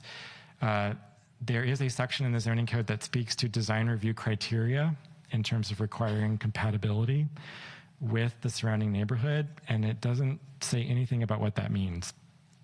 So we think it's actually really important that as part of this effort, criteria could be made more robust to empower staff and the RDOC to help make good decisions about what sort of design decisions actually result in more increased compatibility. We also want to think about strengthening the professional capabilities of the Residential Design Review Committee, figuring out a way to sort of incorporate and include additional professionals who can help facilitate a discussion about design. We'll need to require new definitions that actually are included in the zoning code today. And then from the relief side, as Al mentioned, sort of a couple of things. One was actually to consider certain incentives that single-story houses could actually have, and that actually might mean that one example could be that any single-story house could be exempt from, or proposal could be exempt from RDRC review. And another one is that we could introduce types of waivers which would be considered to be minor dimensional relief from certain standards that staff could actually review and approve as part of accommodating things like oddly shaped lots or special cases or problems that actually might be presented in trying to apply to some of these more prescriptive standards. I have a question about how the new zoning standards would be applied, in that they create the possibility of responding to the local context that would be beneficial to the neighborhood, but the zoning code itself doesn't create that requirement. So if the home builder wants to optimize internal configuration to the detriment of the positioning relative to the neighbor, that would have to be handled as at the RDRC, and they would be within the zoning code. So then how do you impose a more acceptable solution for the neighbors? Yeah, there could be some criteria that are introduced that actually might talk about, for example, if you see backyards or rear yard setbacks that are presented that are somewhat consistent in your context, the RDRC actually might ask you to maintain or honor to some extent, the setbacks actually your neighbors actually might propose. What we're thinking about primarily is that if we set a main body dimension that can be placed flexibly within the zoning envelope and provide some criteria to demonstrate compatibility with neighbors, you could shift that main body within the zoning envelope and still meet the requirements of the zoning, but the RDRC might have certain criteria that they could consider which would allow that actually to take place. Right now, there is often a discussion around privacy, and right now that usually is solved with fencing or landscaping or sort of other things. There is often a discussion about trying to understand the layout of the proposed house against the layout of the neighbor's house and sort of where there might be windows that line up and sort of other elements. This could create a situation or a condition where the RDRC could at least request or ask or discuss an opportunity for things to be shifted to provide additional relief. Or it could still be about landscaping and sort of other buffering, but it should give you a little bit more teeth, again, to sort of shift the main body of the house to sort of be context sensitive. We continue to believe and sort of at least hope that what this means is that there can be a discussion with neighbors before the house is actually designed. And that's challenging to sort of promote, but it seems to be an important element to try to promote. That would probably happen 90% of the time in San Carlos, but there is that 10% where maybe somebody is not interested. And so if they bring forward a plan that works within the zoning code, the RDRC would be able to say, no, you need to move your wing X number of feet. I mean, that we're not stuck. Yeah, and so the way it would, again, if the zoning standards are presenting a flexible range, then there could be parameters to shift things within that flexible range. It would not be possible for them to say, you have a setback of 15, and I'm going to impose and the allowed setback is 15, and I'm going to impose a setback of 25. But if you have a smaller envelope that you can shift around, there could be some provisions to actually move that without exceeding the standards that are presented. The RDRC can't override the zoning standards, is the bottom line, right? Exactly. Everything still needs to be within the existing standards. That's correct. Okay. So the RDRC's judgment is somewhat subjective, and so there would be give and take. So it seems like we're setting up for, if I come with my plan and then the RDRC says, no, you need to move this wing by 3 feet, then I have to pay my architect to substantially redo the design. So is there a provision being made to have perhaps a more facile iterative review process or get early feedback from the city that would make this less painful? Yes. Currently, you would work with the city staff first, and a lot of times that's what happens. And then what happens at the RDRC is the city staff would make a recommendation to the RDRC. The city staff, knowing the new standards, could look at the streetscape, look at the neighborhood context, and say, well, this person is closer on this side and this person is farther away. You should consider this. That's what the RDRC is going to be looking for. And that's how we try and get there before we even get to the RDRC. Most of the time we do, like you said, 95%. And then the times where staff may disagree with an applicant, we take it to the RDRC and they arbitrate. Stefan, I have heard a lot of concerns about how all this will apply to steeper hillside lots. And has there been any formal study on, I keep seeing rectangles, I keep seeing flat lots in all of the examples and study. Have you formally studied any typical hillside lots and exactly how it plays out? We have had an opportunity to look at some recent proposals as case studies. We did that with staff. We also did a little bit of that iteratively with the architects that we've had a chance to meet with. We haven't yet found any situations where these kinds of standards would present a hardship on lots in the hillside overlay area, largely because we want to maintain a similar degree of flexibility that is found today. That's not to say that everything that has been proposed in the past would be allowed, because these main body controls would, in many situations, start to limit the mass that actually might be presented. We have an open call for lots that actually may have slope that presents hardship but are not in the hillside overlay area today, where shifting a garage or meeting a garage setback would become a hardship. We have not found any yet where that actually is a condition. That's not to say that they don't exist, but we do feel that these standards actually can be accommodated within the large range of lots that we see in San Carlos. I have a comment. I'm not sure if these houses are part that make your criteria, but I mean, a lot of these stuff that we're focusing on what's really downtown in the flats, and there's a whole other part of San Carlos up on Crestview, and there's 2 houses right now on Club and Crestview. I mean, it was a lot split, and there's 2 big houses on it, and it fits perfectly within that area. If we were to impose the limitations that are in what we're proposing to the houses up in Crestview, I don't think they would. I don't think that would be good, knowing that area. So I think we discussed at some point having some kind of neighborhood zoning or whatever, and I'd like to understand that better, because I don't think, I'm still not decided on whether this makes sense down in the flats, but up on top of Crestview, I really don't think it would work. I think you'd be taken away from the value of the neighborhood and the value of the homes by limiting that much, because those are big houses up there on small lots with a little bit of landscaping.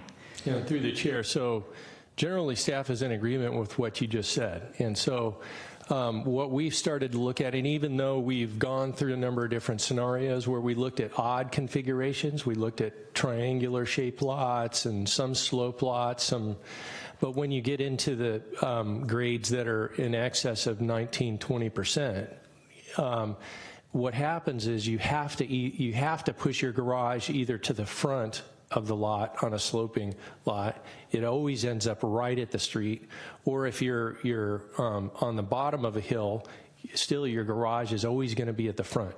So that creates an inherent kind of limitation for these standards, because we're trying to get that mass away from the front, and you kind of can't do it on the real slope lots.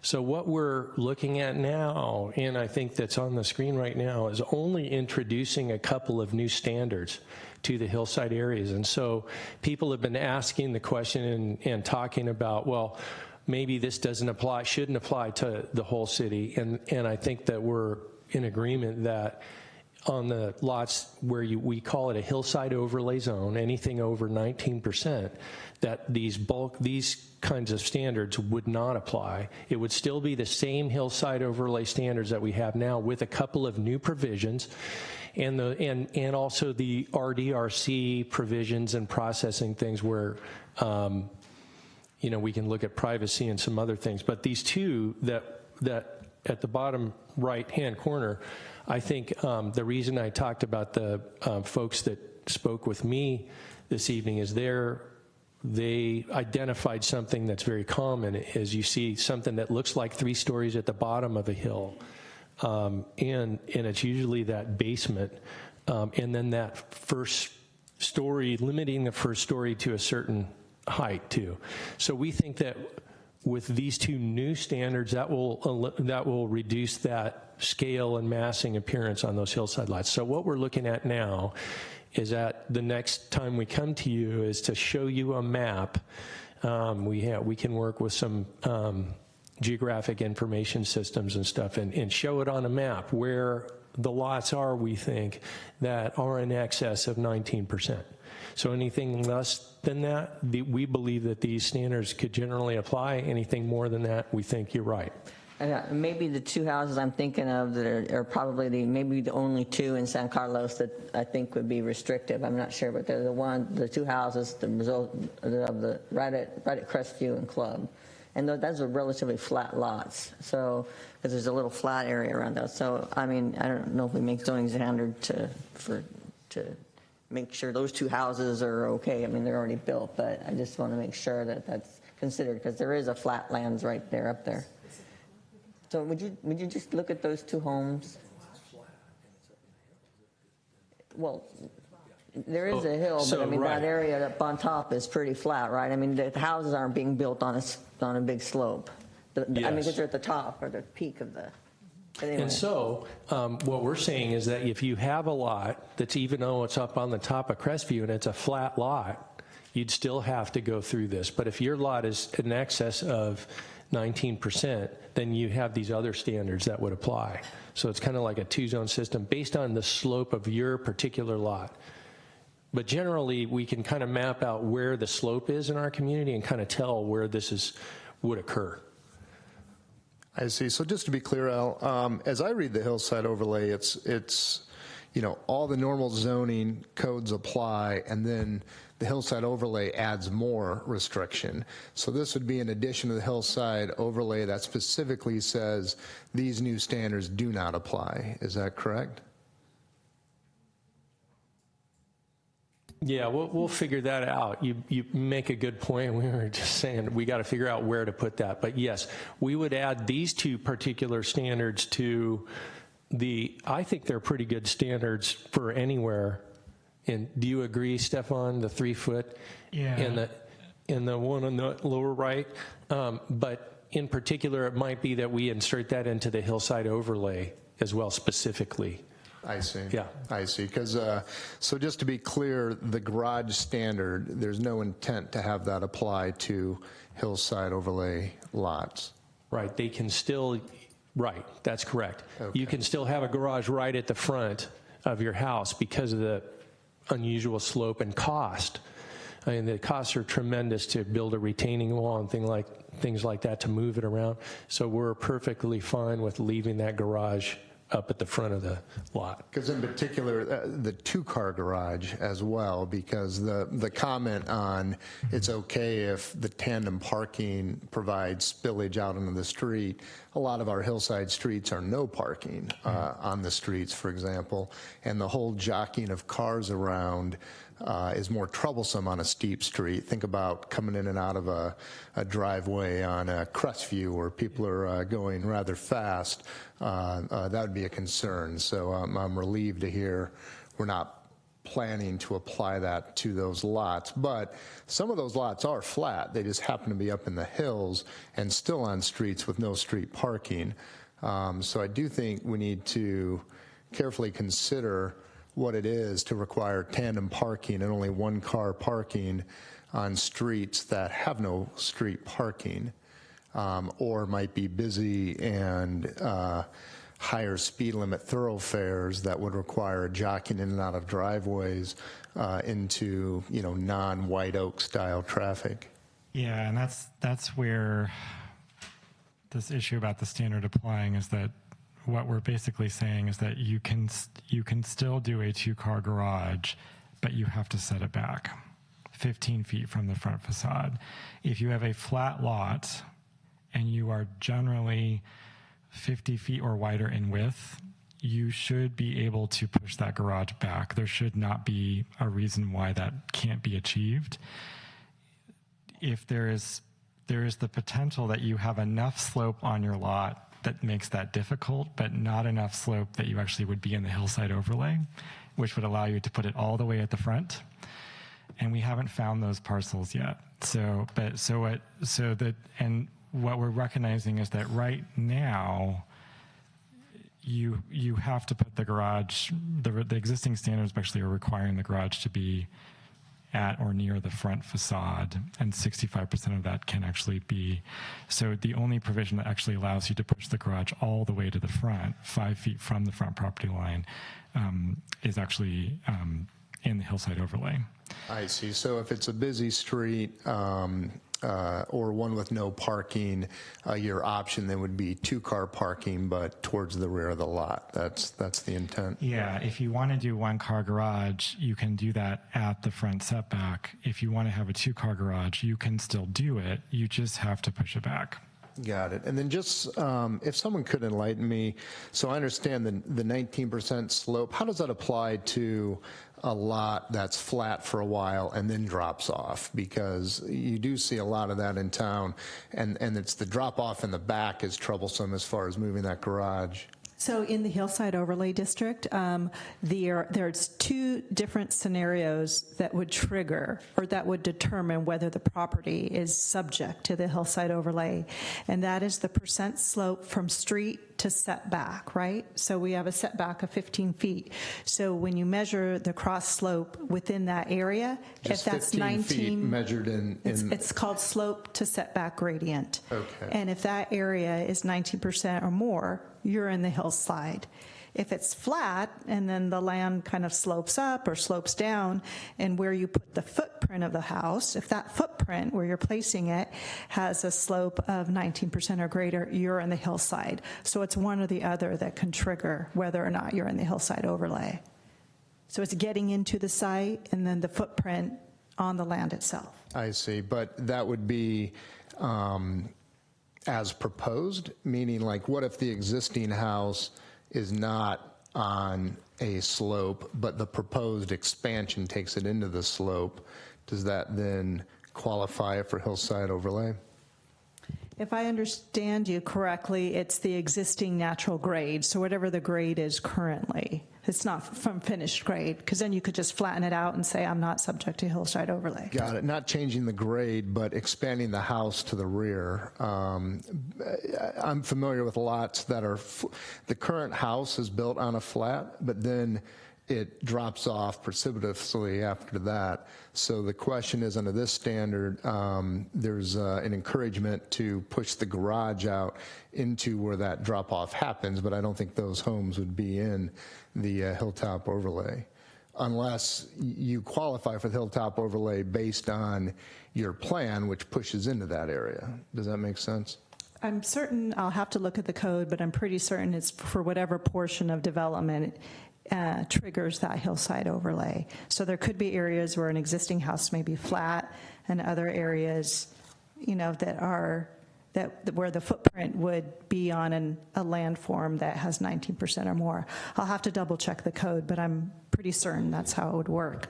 Meaning if the proposed extension qualifies for hillside overlay, the whole thing would be reviewed under hillside overlay. Okay, got it. Maybe just to one additional question in that vein.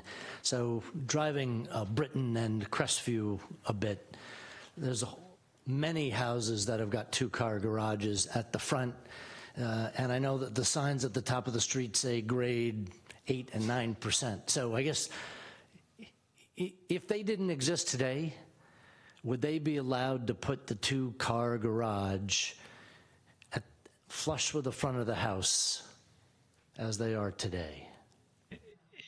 If they are in the hillside overlay, and I can't answer that specifically for those parcels, it's likely that the slope on the parcels is a great deal more than the actual street.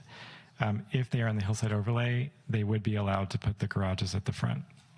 If they are not at the hillside overlay, and one of those houses wanted to be rebuilt, and more than 50% of the walls were actually changed, they would have to bring that garage into conformance. That's a pretty big area. I'm sure you guys have that memorized, what residential area that is, just going up Britain from Laurel all the way up to Crestview. I mean, not that, yeah, it's sorry, from Alameda to the top of Britain and Crestview. I mean, do you guys know off the top of your head, or can we look at the thing to find out whether that is hillside overlay? That's a lot of houses. And then the ones that going directly north from Britain all the way up to Club. I mean, there's a big, huge incline there, and I forget how much the grade is. But those houses, most of these houses are what we're trying to get away from. And when I think what he was asking, and I'm just reiterating, is that if we were to redo those houses under the new standard form, would they still be able to do the two-car garage up front, or would they have to conform to the standards that are being put here? So in order to know that, we need to know whether the ones that are existing are on the hillside overlay or not. So can we look at the map and find out while we're talking and stuff, and then we have that answer? And for clarification, there is not any button or color coding that we currently have on our zoning map that is going to tell you which site is subject to the hillside overlay. That's determined when a project is submitted. So we require the applicant to provide the data to demonstrate what the percent slope is of the lot, so then we can determine, do these additional standards apply? But this is typically done on a case-by-case basis. So this would be new information or a new layer that we would have to create and bring back. But that's how it works today. Yeah, I can see that. Just that area from the Alameda up to Crestview, and then from and then Crestview up to the top of the peak there. I mean, those are all big houses on small lots, and if change would then not allow them to have 2-car garage, I think that's something. I don't think that's a good thing, I guess is what I'm saying. I really want to find out, because that impacts a lot. So from Alameda on Britain up to Crestview, those houses, and then from Britain and Crestview up to the peak where the water towers are.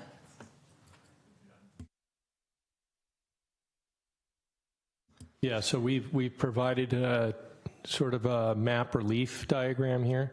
Kind of shows where the hills are in San Carlos, and what we're going to see if we can do is get our geographic information system experts to see if there's a possibility of mapping the lots that are greater than 19%. And that'd be very we're going to helpful. work on that and see if we can bring you a map with the parcels at the next meeting. Thank you. Yeah, that'd be very helpful. Thanks. Stefan, it seems to me there's another architectural alternative solution, and that but I know you've considered it, but I don't see it in the section drawings or the models, and that's what I'll call a story and a half, where the roof starts at the plate at the top of the first floor, and it would, I think it would have some benefits on light and privacy. Did you look at those? Yeah, and that's a very good point. And the way that a second floor is measured today is that if you put the second floor mostly or entirely under the roof form, we might think about that as like an attic story.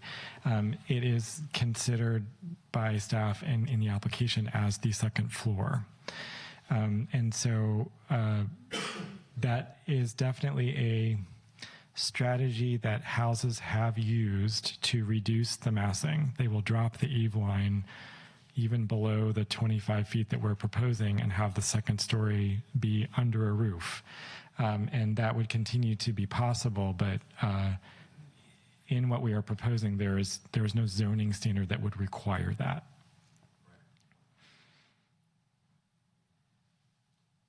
Stefan, up in the hills, we also do have a lot of oddly shaped lots, and I see based on the architectural, the architect comments that we received, I'm seeing flexibility for oddly shaped lots through waiver. Like, what would that mean? Like, what kind of discretion is involved in this waiver, and what do we foresee as that process? So typically what that would mean is that a dimensional standard could be considered for a % variation.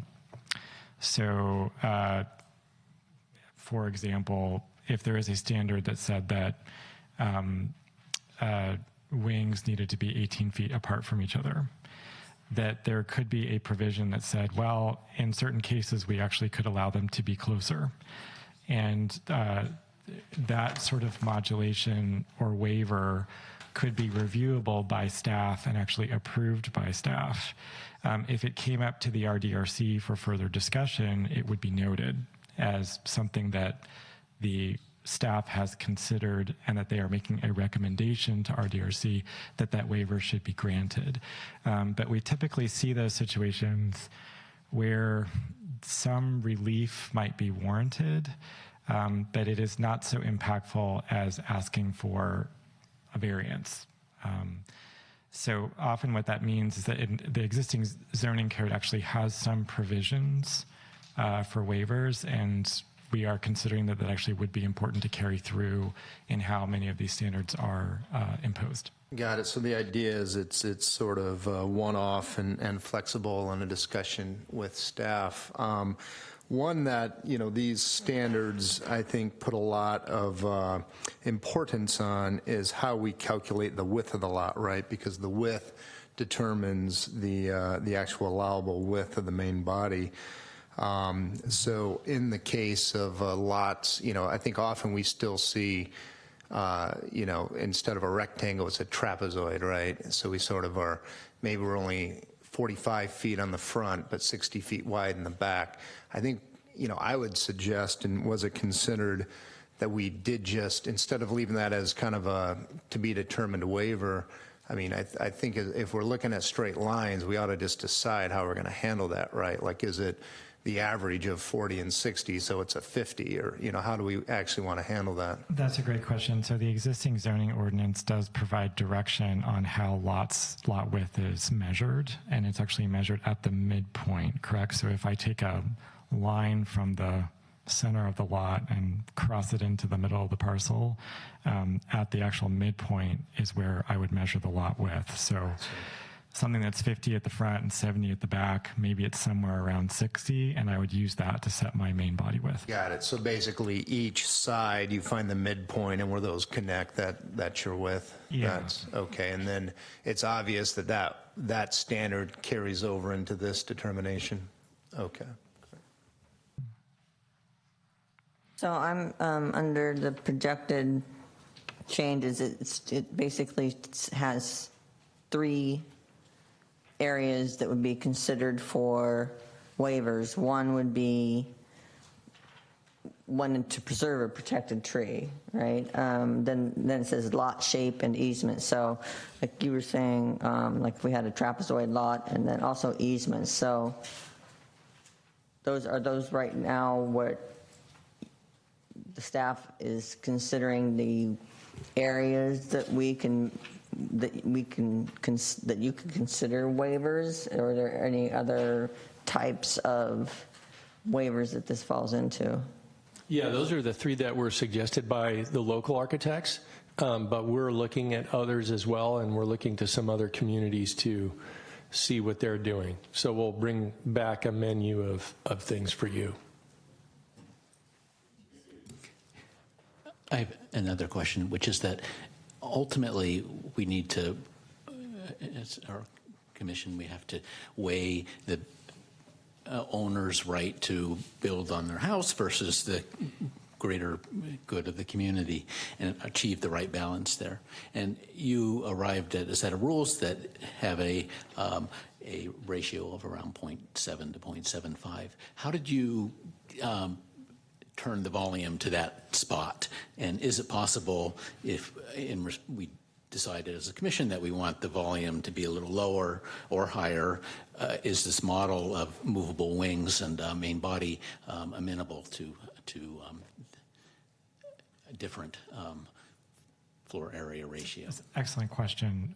The way that we sort of backed into this, so we sort of looked at what were reasonable dimensions that we were seeing in San Carlos neighborhoods, but also in other neighborhoods that have similar lot sizes and are built out. And we then calculated the resultant FAR and lot coverage for those conditions, which is sort of how we arrived at where we were. Generally, the lot coverage number is on average similar with many of your peers. It's a little bit even on the higher side. Generally, the FAR number is more liberal than what many of your peers impose. So we sort of are interpreting this as a reduction in the allowable zoning envelope, but still allowing houses of greater size than many other communities actually might allow. It is reasonable to consider turning the dial on any of those standards to seek greater restrictions. And there is sort of a discussion, I think, that the SHAC and staff and many have had about finding that balance, which needs to be, in my opinion, does need to align with the values of the community, and communities are different. they sort of approach this with a lot of differences. As Al mentioned, there are some communities who have been very restrictive in what can be allowed, and San Carlos has traditionally been a less restrictive community in terms of allowing houses of greater size than many of its peers. And that is definitely something I think that can be considered. So maybe just to put a fine point on a great point, has there been any discussion or a proposal to have this be an and have a maximum FAR in addition to what's proposed? And then, in your opinion, are they incompatible or compatible? Yes, there has been some discussion about providing a maximum FAR as part of this strategy. I think it's totally reasonable, and in fact, the architects brought up the fact that the FAR is a really great shorthand to very quickly communicate to your client how much house you can build, which is a prime concern of a lot of people who are investing a lot of money in a new house or renovation. So I do believe that sort of that is that might be sort of beneficial. I would say that I would continue to agree that in and of itself, it will likely not solve the issues of house size that the community seems to be experiencing. Yeah, I would like to comment on that just to point out, this strikes me as a big investment we're making as a community into a new layer of complexity, right, to solve a problem, an identified problem of we don't like the size and the mass of the houses, and we want to be sophisticated in how we solve it. And my perspective would be if we really do embrace this level of complexity and we feel like it can solve the problem, then just adding kind of the old-fashioned restriction in addition to that doesn't strike me as, I would question why we invested in this level of sophistication and complexity to then also just say, nope, we cap it here too. So that would be just my commentary on that. I would be resistant. If we feel like this complexity gets us there, then we've made a big investment to do that. And to then also just cap it, I would have a lot of questions around it. Mr. Chairman, if I could just add some color to the discussions that the SHAC had during this, and they discussed FAR several times over the time that they met, and they were represented by a broad range of people in our community. And some of the things that they talked about were that generally there's more small lots in San Carlos than some of the other communities that apply an FAR, and then also about who the people are that are building the additions and the new homes, and the need for more space for growing families and also multi-generational families. A lot of times the parents will now sometimes live with the family, and there's a need for that. And they felt that it was more arbitrary in terms of like what Stefan said, in terms of just applying a number to something that may not reduce the actual scale or the appearance of the building. It's more of just arbitrarily saying, okay, there's a certain amount of square feet everybody can have, and there's your amount. And then they did talk about the cost of property in San Carlos and, getting a return on your investment and that kind of thing. So those are some of the things that they discussed in addition to the technical standards. Okay, thank you all. People in the audience, thank you for your patience. It's time that you get to speak now. We also want to look at the models, but I think since you've been waiting so patiently, we can defer that until everybody gets a chance to speak. If you haven't turned in one of these slips in order to speak, please take one at the table in the back and bring it up to me or one of the staff, and we'll get started. Thank you. It'll be in the order that they were submitted, And since we've been here over 2 hours already, and thank you for that, I'd like to limit your talk to 2 minutes or slightly over, and we'll remind you. So it's not a time for you to ask questions yet, but make your points, and you should be able to do it in that time.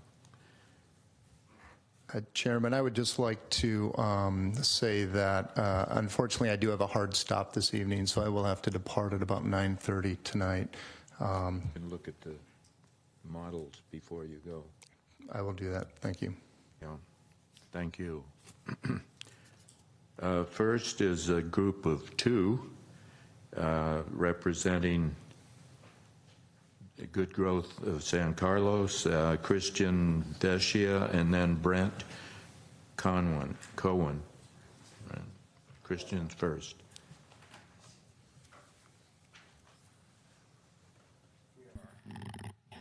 Okay, we had sent in advance a few slides to help provide some visual support to the presentation. First of all, thank you for the opportunity to step up and make comments. My name is Christian Vesia. This is Brent Cohen. We've been basically leading a community-based organization of residents that have concerns about current standards. Has been involved with this for quite a while. Try and keep this as brief as possible. We are 2 people, so in the past we've been given a little more leeway than single comments. I guess I'd like to begin by saying that we think there are many good ideas presented in the forms-based approach, and are also very happy to see some of the process-related changes, because over time we've come to the very firm view that good outcomes and a reasonable balance of rights between residents, whether they're new or have been in the house next door for 15 years, it requires both good standards that are clear and objective, and good process. So that we're happy to see. At the same time, I'd say we're pretty disappointed that we don't feel like the city has made any substantive changes since the last meeting, or since these recommendations were proposed, specifically to address some of the concerns raised by residents. I've seen some potential accommodations to comments made from architects, but not directly from residents. So can we have the next slide, please? Oh, I've got the clicker. So really to refocus, how this all began and what we're here to solve, it really is the impact of oversized homes on 2 things. Neighbors who are next door in homes, on their privacy, light and air, the general quality of life in a home that they've been in for a long time, as well as what's the experience as you walk down the street. And I would characterize the first as being the neighbor experience and the other as being the street experience. I think both are important.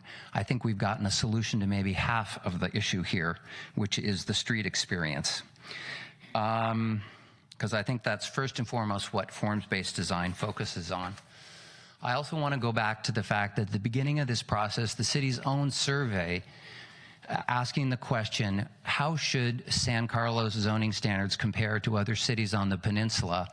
More than 3/4 said, we'd like to see standards for house size in San Carlos that are equivalent to, or what was it, 37% said actually more restrictive than standards in neighboring cities. And if you look at what has been proposed, we're getting exactly the opposite of that. It's standards that are 35 to 45% bigger than the median of zoning of FAR limits in and house size limits in neighboring communities. So I have a few things to say about SHAC. I was on SHAC. I'm one of the members. Let's start with the fact that there were concerned, committed residents involved. We began by identifying what we thought the issues were. I think our group provided valuable feedbacks and ideas, but I will tell you that the focus and the ideas that we addressed were basically form-based recommendations from the start. And as a group, we were asked to provide feedback on form-based recommendations, not to consider a waterfront of potential solutions, but say, do you like moving the garage? Do you like, the idea of wings? And you could go through each of those things and like them. The other thing I want to say is I think that it's it's an advisory body. We didn't write the recommendations, we didn't make the recommendations, and the support for ultimately them, nor was it a unanimous. So I take a little concern at the notion that, the SHAC recommended this and SHAC did that. These are the city's recommendations with input from SHAC. And I would also say that it was supposed to be 3 people on the committee who had some connection with building, architecture, or real estate. In the end, we had 5. So I don't think SHAC represents broad-based community values. It was useful input, but it's not. So these are the number of meetings that have been held on this issue. Good Growth has attended pretty much all of these, and as an individual, since I was on SHAC, I've attended every single one. I have heard in excess of 100 residents stand up and make comments about their views and what they hope this would do for the city. And I would say 95% of those have been in favor of reasonable standards in line with other communities on the peninsula. I have heard almost no one stand up and say, oh, you know what, we need to preserve the right to have very large homes or oversized homes in San Carlos. That's important to me. I think the focus on size, scale, and mass omits the question of why do we care about those things. Those are abstract principles. We care about them because of the impact they have on us next door, because of the way they change the look and the feel of our city as a whole. So what we're trying to solve for is residents' experience and the street experience, and I don't think we should be satisfied until we've done both. Yeah, so, to sum this up, and keep this brief, right? We mentioned this the last meeting. I think we mentioned this pretty consistently, as well as many other residents. We believe that there's been a lot of good work done in terms of form-based approach, but at the same point in time, I think we would take exception with not having some type of maximum FAR out there. All of the other mid-peninsula cities do. It appears the form-based approach still has much larger homes than our peer cities when we look at it. It doesn't appear that that's what the residents want when you look at the one survey that was done with the 78% who want at least as restrictive, if not more restrictive, development standards. So we believe that a FAR needs to be complementary here and inserted as part of this. In general, the comments tend to reside along the lines of the streetscape view as opposed to the side-by-side resident view. And so, analogy I heard somebody use a while back was like, putting pinstripes on an elephant, on the front, that might help. On the side profile might still not help so much. So we believe that's important. We also believe having some sort of protection as it relates to light is important as well. So therefore, a daylight plain standard seems to be acceptable in many other mid-peninsula cities. It seems to work for them. Based on what Stefan said, exemptions can be granted in certain cases with one of those standards in place. So we believe that's important as well. And then finally, we are encouraged, I would say, Christian, I think you'd agree, that we have seen a lot of thought being given to the overall residential design review process and making some changes there. And we applaud those efforts in terms of broader notifications, as well as having architects sit on the RDRC, and the idea of having waivers and some relief potentially, so the RDRC actually has more power within their authority, as opposed to, I think the general perception is they've been just rubber stamping everything that's come through because they've had no choice over the last several years. So closing, we would just point out once again that the overall FAR that we see in terms of looking at the mid-peninsula cities, in terms of the ones we looked at, the median ranges between 51 to 54%, and it actually gets smaller as you go towards larger lot size. So the idea that we have these resulting FARs in the 70s, down from the 90s, while that's better, we just simply don't believe it's good enough. Thank you. Yeah, I would just like to make 2 closing points. One is that, to reiterate or to say what Brent said, we had literally standards that allowed houses twice as large as just any other city. So the fact that we have reduced from something that was so out of line, the fact that it's a reduction doesn't mean it solves the problem. And the challenge I would put to the Planning Commission and to San Carlos to say, how do we know that these recommendations solve the problem? I don't think they've been pressure tested. You're asking us to do a uncontrolled trial on the entire city for standards and just say, well, because size and mass, form-based should make a difference, that they solve the problem. And I haven't yet to see anything, any data or pressure testing from the city that would indicate this actually does address the issue. So thank you for your time, and we'll let the other residents have a moment. Thank you both for your comments. One real quick thing. When you're talking about on your proposed max house size graph, when you're taking the average and the median numbers, is that including the current San Carlos standard or just the other city standard? Yeah, if you go back to that graph. So the graph, the average and the median are for the 6 other cities on the peninsula. Okay, so it doesn't include San Carlos at all? No, it does. It does, as at the 91? The calculations do not, an average and the median. They do not include San Carlos. All right, so the average, these two numbers, the average and the median, are just the green bars? That's correct. Okay, thanks. And can you also say, is the San Carlos column proposed, not current, right?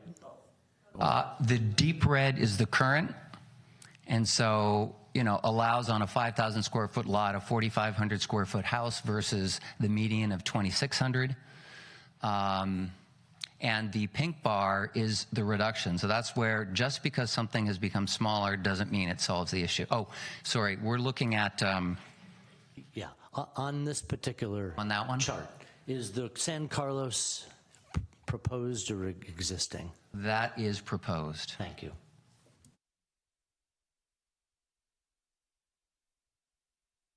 Next is Linda Ferreira.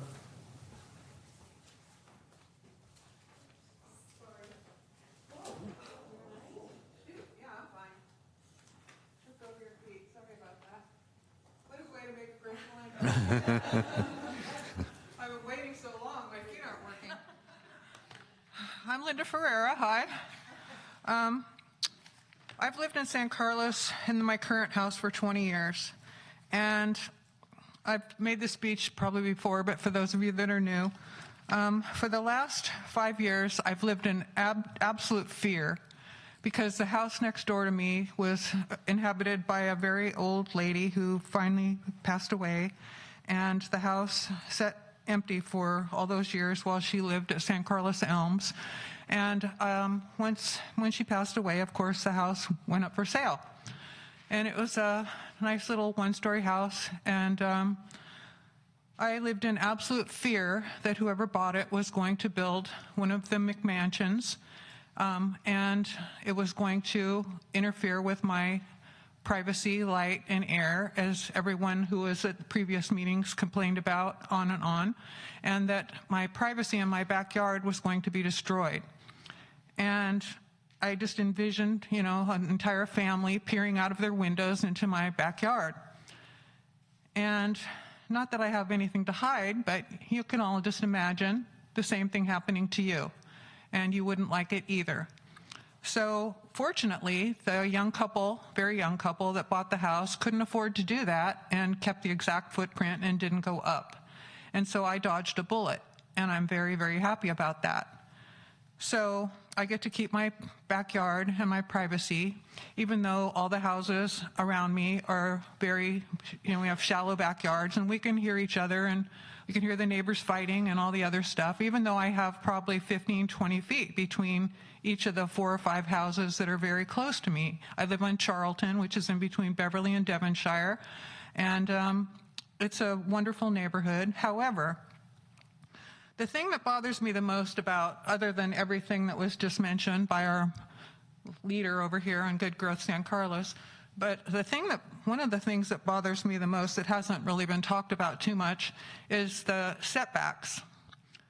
And to me, the 5-foot setback on the sides of the houses is, I know it's the current standard, and I just think that that is just not sufficient. Because especially with this sliding around of the house thing that we're supposed to be negotiating with our neighbors, I mean, get a grip. I mean, who's going to do that? And first of all, you push the house 5 feet over on one foot, so you have 2 feet. How are you going to paint the side of your house? 1 foot, no feet? I mean, what's going to happen? You see, you've got this other house that's like, it's right on their property line. Those people aren't going to go for that. And so then you got, what, 10 feet on the other side? Great, I want to be on that side. But still, that's like 10 feet. What, you plant a couple bushes, now you got 5 feet. And so that's just not going to work. I have 20 feet, and you can still hear the people out there talking with their coffee in the morning while you're out there talking with their coffee in the morning. I mean, you could throw the dog ball and hit them. I mean, 5 feet, come on, guys, that's not enough. Maybe you guys that live up on Crestview where you never go outside because your lots are on a hill, but when we're down on the flats, we go outside all the time. We're sitting out there, the kids are playing, that people next door, their kids are playing, their dogs are barking. You got to have more than 5 feet. And as far as the house sliding around, and you're going to negotiate with your neighbors, that's not going to happen. You're going to hate each other before they even move in. You wouldn't move your house over, you slide it over on the other side? Come on. And who's going to arbitrate where the windows are going to go? I mean, you're going to do that? Well, the RDRC does that. I mean, that's what the RDRC, a lot of what the RDRC does is negotiate those windows. Yeah, I can see that now. So then my new neighbors come and they want to put their window right where my bedroom window is on the upstairs. And so you guys are going to say, no, you got to move it over. And they're going to go, okay, like you said, you're going to pay another, $20,000 to have your architect, redesign the plans and then get in line down at the planning office and wait another 3 months for them to approve I don't know how long it takes, or 2 months or whatever to approve the change designs. I mean, it seems to me that this stuff needs to be like laid out. There's got to be a better way to do it. And I agree with what was said about, this was the only plan that was put forward. And every time we've tried to come up with, the public, I mean, what that other meeting you had in the other room that was overflow crowd with 150 people or whatever, everybody said the same thing. Unfortunately, those people only wanted to go to one meeting. So they just showed up to that one meeting. I never wanted to go to this many meetings. I've been to like 4 of these meetings. I never wanted to be this involved in politics. I don't like coming here. I mean, you guys are all really nice people, but I don't want to spend my evenings here. I got other things to do. I don't even have a house being built or anybody by me. I'm doing this because I am dedicated to follow this through to try to save somebody else from having to worry for 5 years about what's getting built next to them. Because I started it and I want to finish it. And I just don't think we're going anywhere with this stuff. I mean, you were going to have a group of people, of citizens, and one architect and one real estate person, and the next thing we know, it's turned over to, no offense, a consultant. Well, I used to be in purchasing. I know what happens. You hire a consultant and they give you what you ask for. So whoever gave the scope of work to the consultant is what the consultant does. And when we asked Al like one time before, and Al goes, well, that's what the city council asked us to do. And it was very specific about what you were asked to do. It didn't include a bigger scope. So other things weren't thought of to be asked for. Well, it's time to ask for more. We should have made a bigger scope in the beginning to talk about how do we make this more equitable to what all the other cities were, instead of being, now we're still like having the biggest house sizes of all the cities on the peninsula. We don't want that. That's us, we people of San Carlos, we don't want that. I mean, the only people that want that are the people that want the big McMansions. The people that live here don't want that. So if they want the big McMansion, buy a bigger lot and stick a big house on it. Don't squeeze it up to 5 feet on either side and all the way back, even including a garage right up to the back property line that you guys said last time people could put an in-law unit on, and that wouldn't even count as in the square feet. No, that's not right. That is not right. That's all I have to say. I think it's not all I have to say. The work is not done. This is not ready to go to the city council. More things need to be looked at. That's my opinion. Thank you. Thank you. Next is Margaret Warren.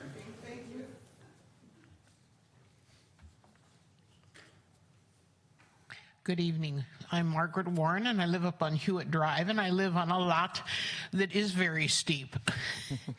My initial reason for coming tonight was to catch up on this because I had not been aware of the group, and I'm sorry I wasn't aware a little sooner.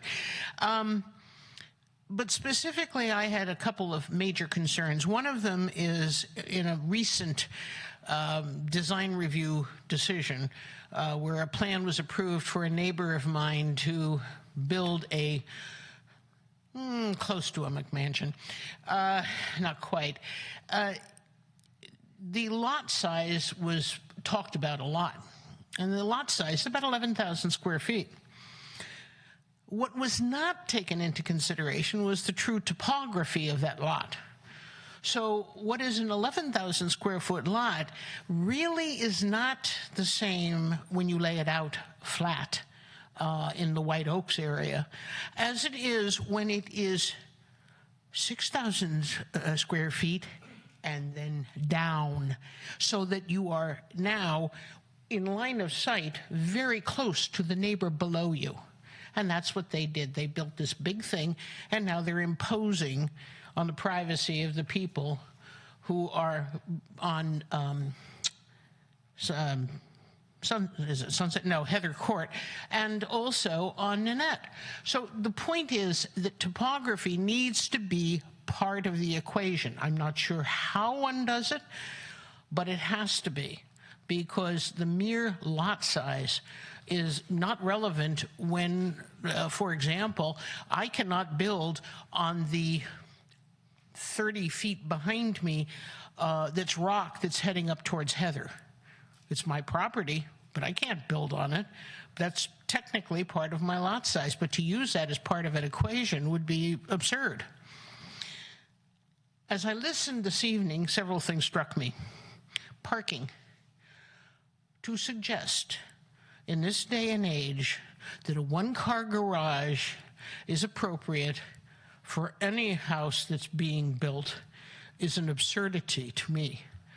In the first place, we have whatever the current generation is called coming home with their cars. And don't tell me we're transit-oriented. I don't care how much transit you put, and I don't care how good, even if high-speed rail goes through, the reality is that the peninsula is dedicated to its cars. And we don't even let our children walk to school. God forbid they should walk a block. No, they get driven. So cars are not going away, not in the near future. So to suggest that a one-car garage is adequate under any circumstances is craziness. It's bad planning. Now, when it comes to planning, I speak with a little bit of experience in this. I spent 10 years as a planning commissioner in South San Francisco.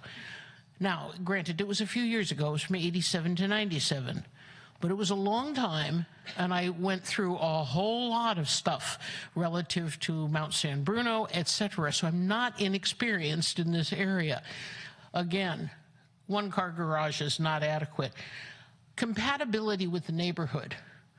One of the things that is not addressed that I saw was actually looking at whatever is proposed, is it compatible with the neighborhood?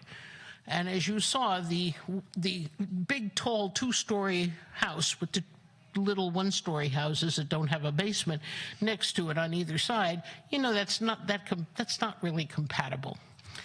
The boxiness, I don't know if this was just because it was being done because of the drawings, it was just easier, but to suggest that the boxes that were shown as potential homes looked better than that craftsman-style redone, rather large home, that these boxes look better than the craftsman. They don't look better. They look like boxes stuck on top of boxes.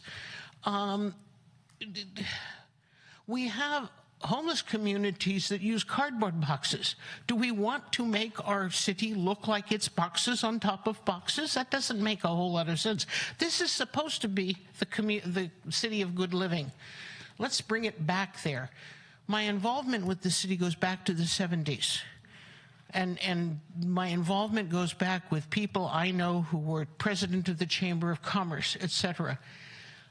I moved to this city in 2005 because I wanted to be in the city of good living.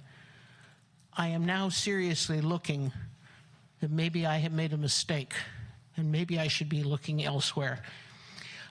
There were a number of other things, but since I am limited, I will let that go. Thank you. Thank you. Next is Bill Harcola.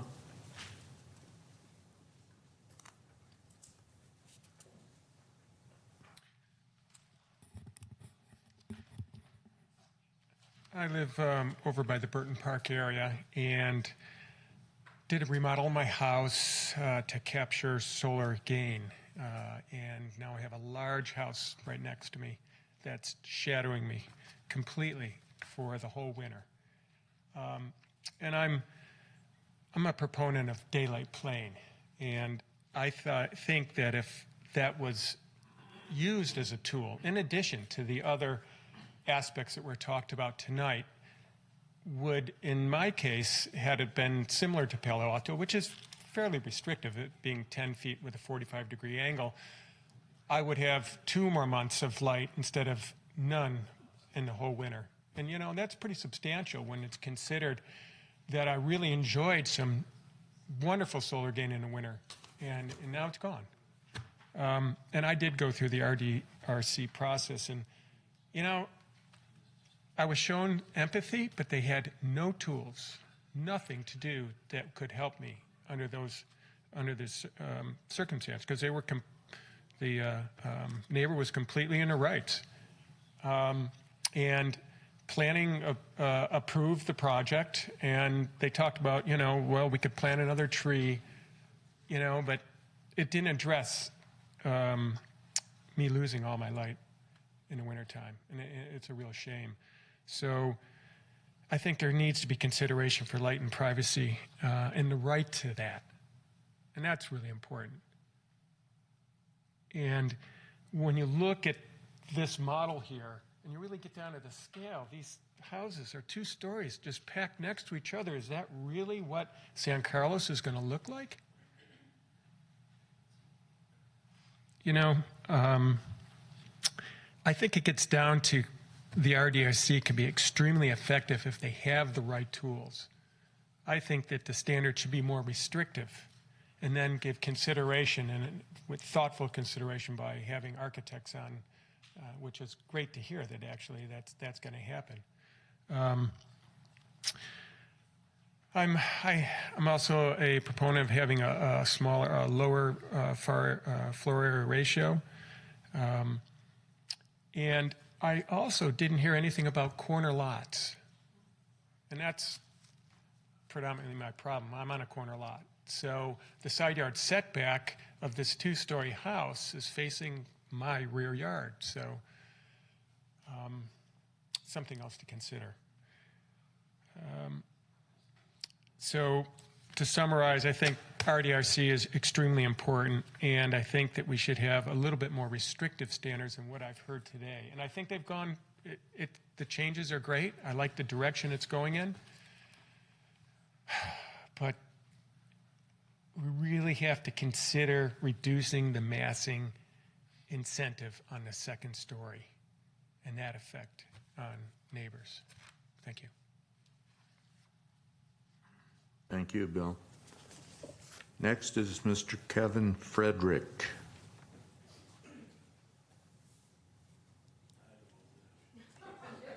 Kevin, speak to me. Okay. Put him at the bottom of the stack. Next is Michael James.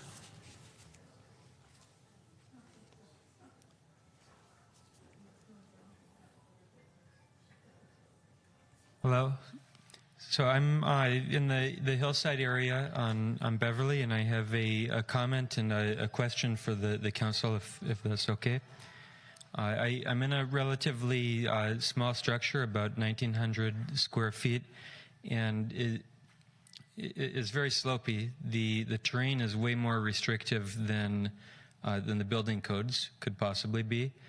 But one concern I have is that with the proposed new standards, plus the terrain, it basically makes it impossible to meet every aspect of what's going on. And so the existing structure, even though it's not one of these large properties, would definitely be out of spec of everything discussed. And I believe that's true even with some of the contingencies that were made for the hillside area. And so my question for the council is, if considering renovations for this property, to what extent are changes or improvements possible, given that it's slightly out of spec?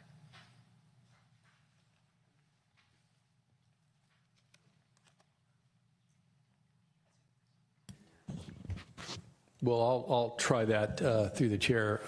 You would have to really sit down with a city planner at the zoning counter to start, or an architect or designer to kind of see what's there and how the standards would affect your development. Kind of asking the question without kind of seeing your lot and the slope and how your existing house sits on is very difficult to provide an answer. Lisa, did you have anything to add to that? And the only other thing that I would add to that is that we have received, I think your question may be more of what Al just answered, but in my mind I was thinking about it differently, so maybe I'll just provide additional information. But one of the questions that we've received from the community and the Planning Commission is, how does this apply to existing homes when they want to do an addition or expand off the rear, or however they may choose to expand? And the approach would be no different than what we have today. So today, even under today's standards, when an applicant wants to come in and do an addition, if they have an existing home that may be not compliant with our current standards, they can do an addition provided that the new construction is done in a way that meets the current standards. So we wouldn't make anyone take off or reduce or increase a non-conforming side yard setback. The same would be the case for any new standard that would come out of this process. So you would still be allowed to expand, but the expansion would need to be done in a way that complies to the current regulations.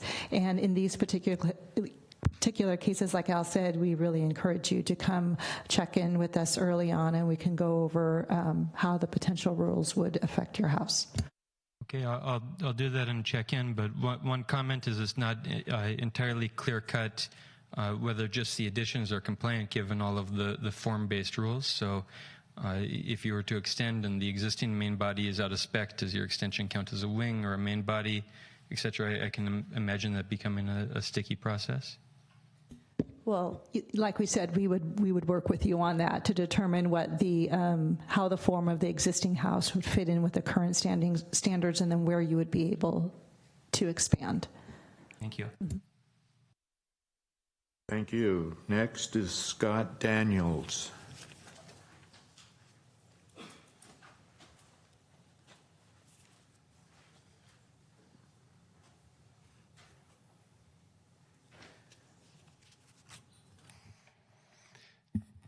I'm a 8-year San Carlos resident and a 30-year Bay Area resident, also a very experienced real estate developer and contractor.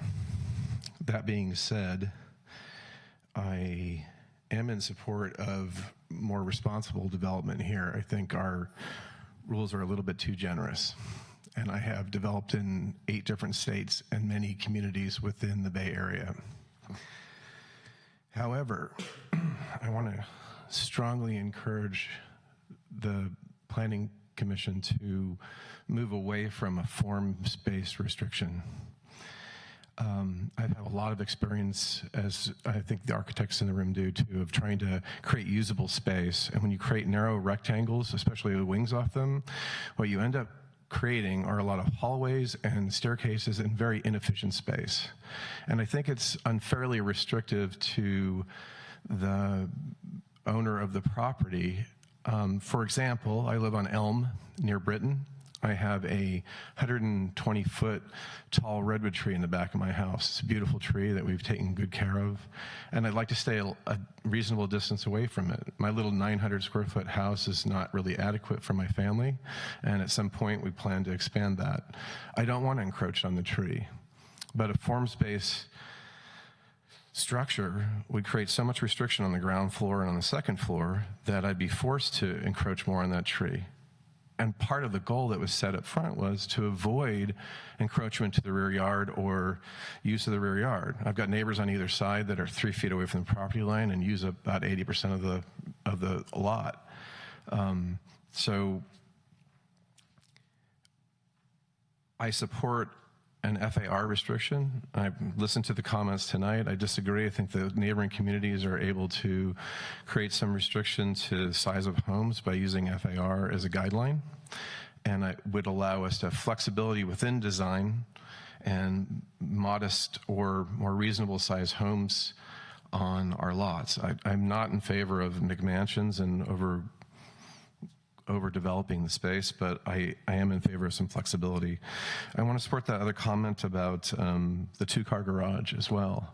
The forms-based discussion is really sort of judgment-based about what people like. I agree with the comment about the boxiness of structures. I've got no problem with the sort of wedding cake design.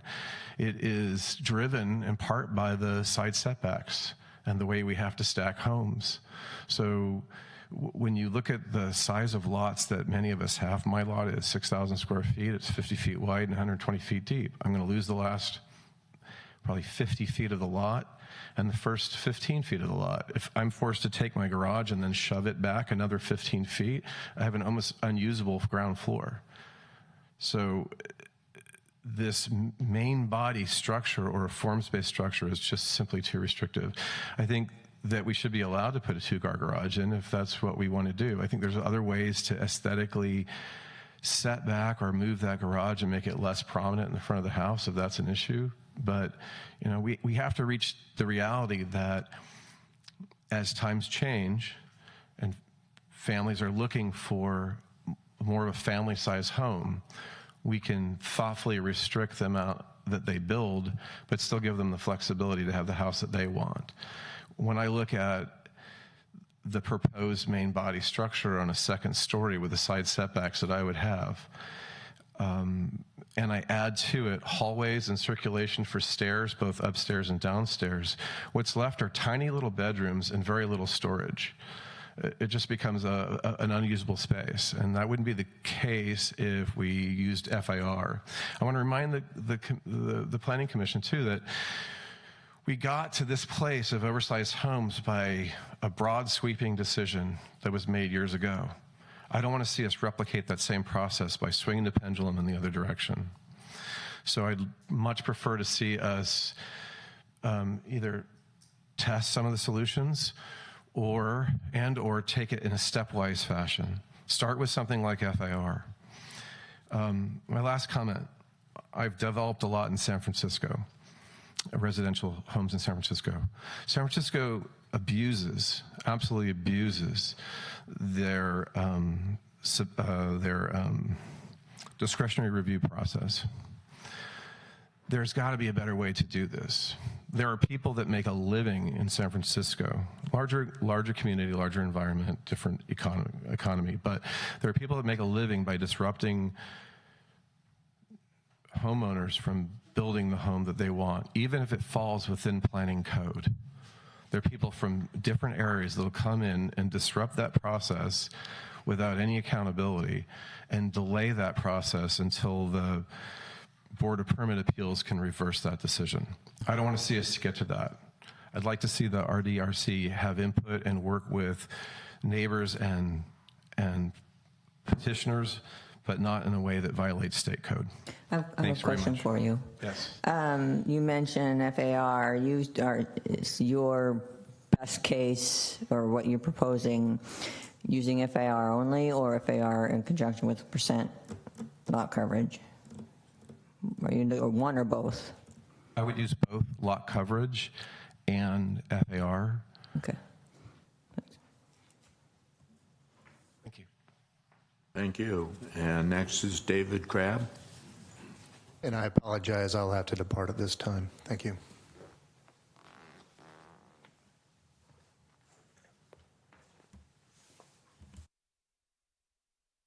Chairman Bergman and members of the commission.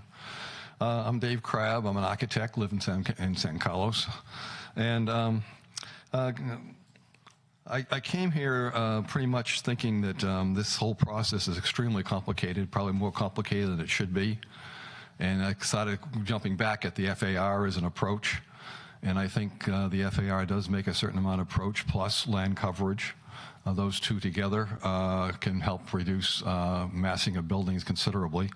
But assuming that this goes ahead, and it has some definitely interesting concept to it, I also don't mind the wedding cake houses, although I don't like to see every one of them. I've designed one that was in San Carlos that met the original code with the wedding cake look. It came out quite nice.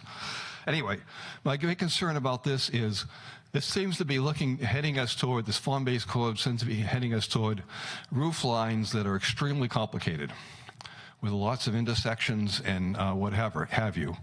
And I said this at the last meeting in May. In 2020, the state of California is going to require zero-based or zero-emission houses. That means solar panels on the roof. And we're designing houses that we can't put solar panels on the roof because they're too complicated. So I think that needs to certainly be taken into consideration. Along with that, I think the daylight plane makes a lot of sense, especially again in relationship to the solar requirement. It's not that far off from the diagrams that the consultant showed. It's not that far off to do a inclined plane, like it come up maybe 12 feet or 16 feet in a 45-degree angle. It looks like it met most of the design that he already had in his plan, and so I don't see a big issue with that. So that's a concern there. The one-car garage versus two-car, I don't like cars very well, although I drive one, I have to. I think that tandem parking makes some sense in terms of reducing the size of the garage.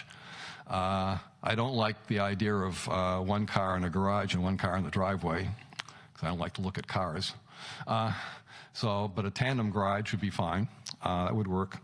And then it comes along with if we use this wing scheme, I think the architects commented earlier in some of their correspondence were concerned about the width of the wing. If we're going to do a house and then you put a one-car garage off to the side, the logical place to put that would be under one of those wings that come off the side. That means the wing should be 12 feet wide and at least 21 feet deep, and the code, or the proposal is 18 feet maximum for those wings, so that doesn't make any sense. Where we're going to put those garages. And so that's an issue I have for me. Another issue, they were distinguishing between one-story and two-story houses. If basically in the majority of the city people can build two-story houses, why do we distinguish between requirements for one-story houses and two-story houses? Why aren't they the same? Some of the people that complain because a two-story house comes up next to their one-story house may find themselves in the future needing to expand their house and wanting to go up a second story. And if there are suddenly requirements that say just one-story houses in the entire neighborhood. Now, in certain cases like Eichler's, yes, that makes a lot of sense. They're very unique architectural things, but in other areas, not necessarily. So I'm a little concerned about that. Let's see, anything else here? No, I think that's the primary one. My big thing is the solar access and the inclined plane, and the fact that these roofs are going to be so damn complicated you can't put solar on them. And so I think we need to think about that. Thank you. Thank you, David.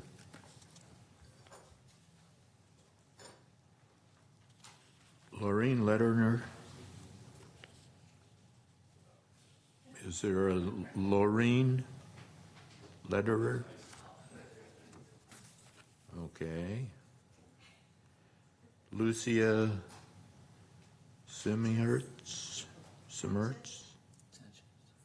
Lucia? Yeah. Sanchez, sorry.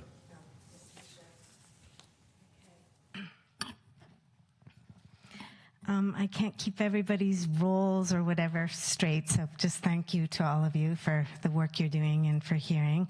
I've attended a number of these meetings, and I left the last meeting feeling very hopeful and inspired by the very large number of residents who were there and who were expressing, I thought, in very well articulated way, very concrete terms, their concerns that I believed would be taken seriously by the staff and the consultant. And I found myself today very disappointed. Very disappointed. I find very little has changed between what was proposed before, at the last meeting, and what was proposed today. And I feel like we've been given a chance to speak, but not really a chance to be listened to or heard. And that's a pretty frustrating feeling. And I feel like there's been language used like appearance rather than let's get real. Things are big. So I'm not happy. I would credit this forms-based thing as really trying to address a feel, a look. And I think that addresses how you feel walking by. But I've heard too many stories from too many residents about the impact that they've had in their homes, their privacy, their light, just how they feel in their homes. And I feel like that part has not been addressed very well at all. Then there's also the term flexibility, and I feel like the term flexibility actually is really biased towards people building new things rather than people who are living already in a place. And I'll mention, I've been through a remodel, and we built very modestly, and there was some problem that we had where it actually got built bigger than we wanted to, and we took a hit, we all did, the people, the architect, the builder, and whatever, because we cared so much about keeping within the feel of our neighborhoods and not building up. So we put our money where our mouth is in that regard. Okay. And someone brought this up, and it's something that I felt from the beginning, is this hasn't felt, on the one hand, it's an open process that we're here talking, but on the other hand, the beginning idea that SHAC was given to work on was one idea that they dedicated a ton of time to, and to me, that's not the way a process should start. It should be more open and more brainstorming. So I feel like, in a way, today is an effort to save what John was calling a sophisticated process and whatever. Is that the reason we should save it, because it was sophisticated and a lot of money went into it? Or maybe we made a mistake in the beginning by not being more open and I don't know the right term, but keeping it a more open process from the beginning. So, okay, so, and I was going to mention the solar thing, but the gentleman brought that up. So it's just basically, to be honest, I don't think that the concerns that I've heard from residents have been reflected in the minimal changes that I've seen in what's been proposed today versus what was proposed in the last meeting. And I guess I would also really encourage you guys who are new to go back and look at some of those meetings and see what people had to say, because today we spent from 7 till 9 hearing staff's proposal and the consultants, and I hope certainly John will make the effort to listen to this meeting, the full meetings, and there's a lot of important comments that people have made that are worthy of consideration. So thank you. Thank you, Ms. Sanchez.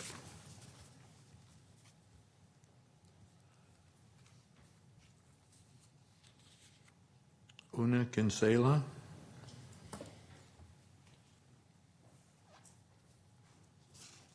Good evening. My name is Una Kinsella. I actually live in Burlingame, but I'm an architect, and I do quite a bit of work in San Carlos. As a matter of fact, probably 50% of my work is done in San Carlos. And I love San Carlos. And I've been working here for over probably 12 to 14 years. And I would agree with most of the comments that were said tonight by the community. And I appreciate that I was invited to several of the meetings that were had with the local architects. But one thing I would say is that I wish that I had been invited like a year ago. I was asked about being on the shack, or at least it was suggested to me. I wasn't available to commit to it. But by the time we got involved in the meeting, which was really productive, and it was great dialogue, and there was a lot of transparency, I felt like these models were already made, the code was already sort of ready to be implemented. And so the feedback that we had, it was hard to say, you know what, you guys, I'm not so sure that this form-based model is something that's going to work here. And it was hard to say that, and that's how I felt. I still feel that. I feel that it is super complex. I read through these code changes and I think, oh my gosh, how am I going to start changing my mindset to design on a property in San Carlos? How am I going to tell a client, a potential client, what I'm going to be able to design when I'm just going to present a proposal to them? I have no idea how it's going to work. It's going to be really challenging. It's going to be really, really challenging. And as somebody who has worked from, it's been years since I've worked in Palo Alto, but from Palo Alto to San Francisco, and I just finished a big project up in Santa Rosa, why isn't the idea of just doing a maximum FAR and a sensible daylight plane, maybe require people to do solar studies? I mean, I've done that on projects in San Carlos where neighbors have been concerned about their light. And I say, you know what? I have a 3D model. I can show you real world sort of solar analysis of what your home's going to, how your home will be affected by my project. It's actually not that hard to do. And I think most designers and architects have the capability to do that. So some of these questions and concerns can really be addressed with an effective design review. So one of the other things I want to point out, besides my concern about the mass and bulk and the commentary from the community of what their major concerns are, which is massing and bulk and privacy, is, I don't know that this form-based model design is going to address the massing issue. And secondly, with allowing a 45-foot long two-story structure at 5 feet from the property line, that's actually more imposing than what's currently allowed. So if you have a 70-foot long, which is the maximum one-story house you can put on a 100-foot long property, 30% of that can be a two-story element that's at 5 foot. That's only 21 feet wide. If you're allowing 45 feet, that's more than double what is currently allowed on either side. If you combine a 45-foot long two-story wall and then two 18-foot wings on the opposite side, your total linear footage that can be within 5 foot of the property line, if you combine both sides, is 63 feet. As opposed to 21 and 21, which is 42. So it's a pretty dramatic, it's going to have a pretty dramatic impact on the neighbors on both sides. Because as an architect who's asked a lot by community, people who are building in this community, what can I get? How can I put all my bedrooms on the second floor? How can I get a great room on the first floor? You know, you are going to get designs that will max this out, and the neighbors on both sides will be impacted more, I feel, than they are today with respect to the two-story, the height of the wall, a 24-foot wall at 5 feet from the property line. And you're not going to be able to have that dialogue probably with the neighbors about who gets more sunlight and privacy than the other. So I do think that there's more work to be done, and several of the architects in the community have spent quite a bit of time being available to discuss it with the planning staff, and I'm willing to keep working. I think that there's definitely potential to bring the house size down and really improve, people's concerns or address people's concerns about bulk and privacy, but I think that there's other ways to do it. Thanks. Thank you, Una. Next is Peter Hartzell.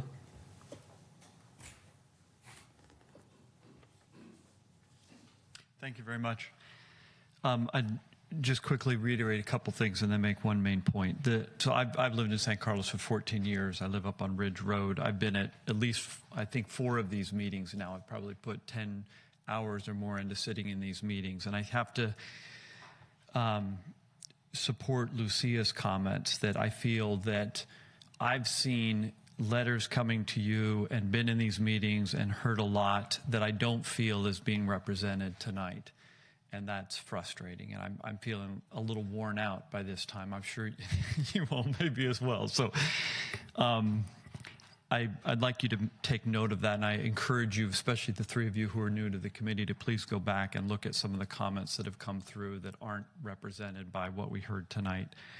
I I think a form-based approach, I'm not an architect, but I think it certainly seems to address the massing on the street, and I appreciate that. Walking around San Carlos, I think with the glasses that Stefan has helped us put on, makes me think that this will be an improvement in that regard.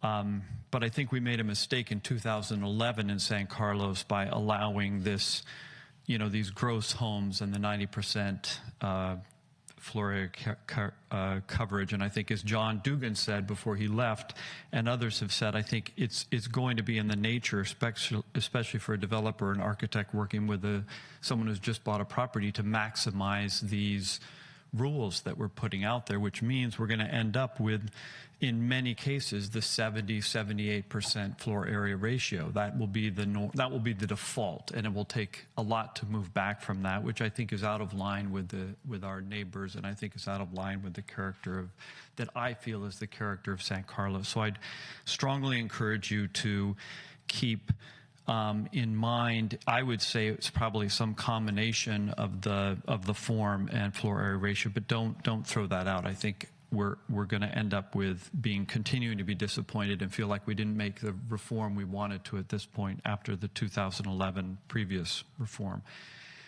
I think the final point is there's an inherent asymmetric relationship when you're in front of the RDRC. You have a developer, you've got a homeowner who's got a lot on the line, is working with an architect, and they're the ones who really are going to push for what they want. The neighbors on either side, the neighbors in general, don't have the same interest, the background, the money at stake at that point. And I think to make it flexible is good, but in this case, flexible means it will default in the direction of the developers, which I think is what we've seen over the last 10 years in San Carlos. And so I would say we need to be really careful. I like the idea of improving the RDRC, although it wasn't clear tonight what exactly that means. And the word neighbor never came up in any of these bullet points. And yet it's the neighbors, I think, who've been here speaking for the last year in this process, asking for more respect for their side of this story. And so if we don't have a process that's got the right tools and that really respects the neighbor in a dignified way, I think we've missed a great opportunity, and I hope we don't do that. Thank you.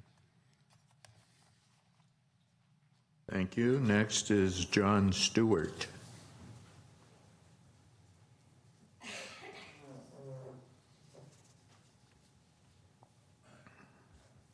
Thanks for the opportunity to speak. I've been an architect in San Carlos for 37 years. I lived here for 14 years. I was on the committee in 2011 that changed these ordinances, and I was approached to be on the SHAC, but I didn't get picked. I've been at all these meetings, and I haven't heard one person come up and say, I really like the direction that we're going. Every time it's, 20, 30 people saying we're making a big mistake. The whole form-based code, there's 20 different communities in San Mateo County. Not one of them has anything like this. They're out in Livermore and Petaluma.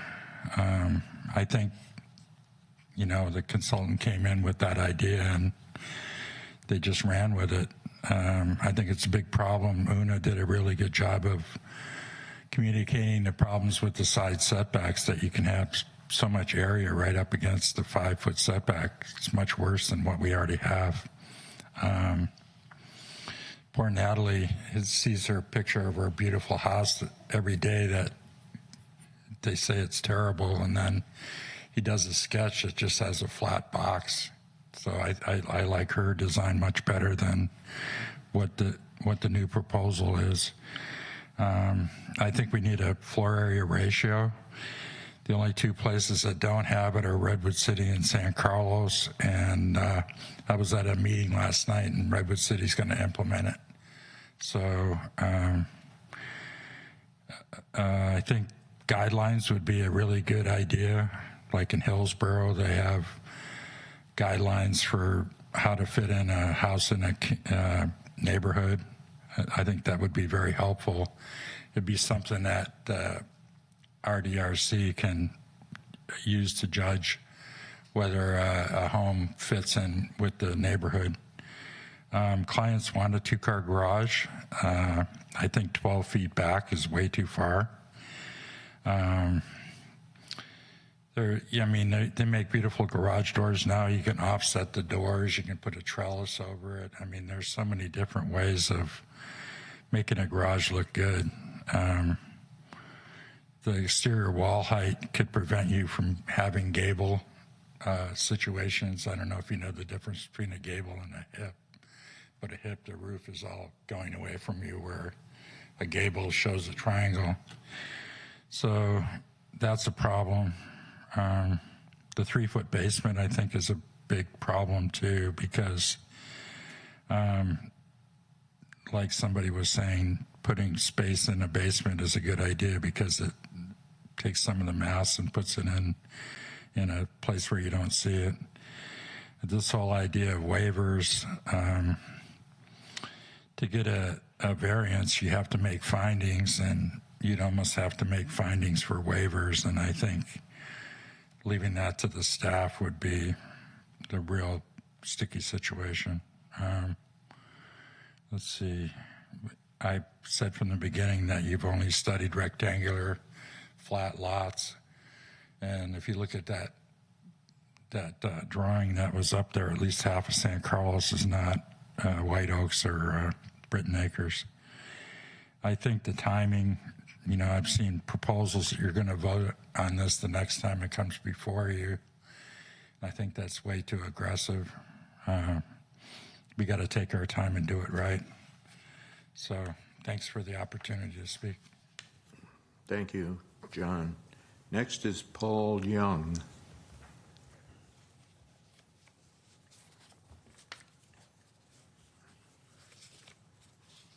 Hello, thank you for the opportunity to speak. My name is Paul Young, and I'm a recent transplant, bought in November.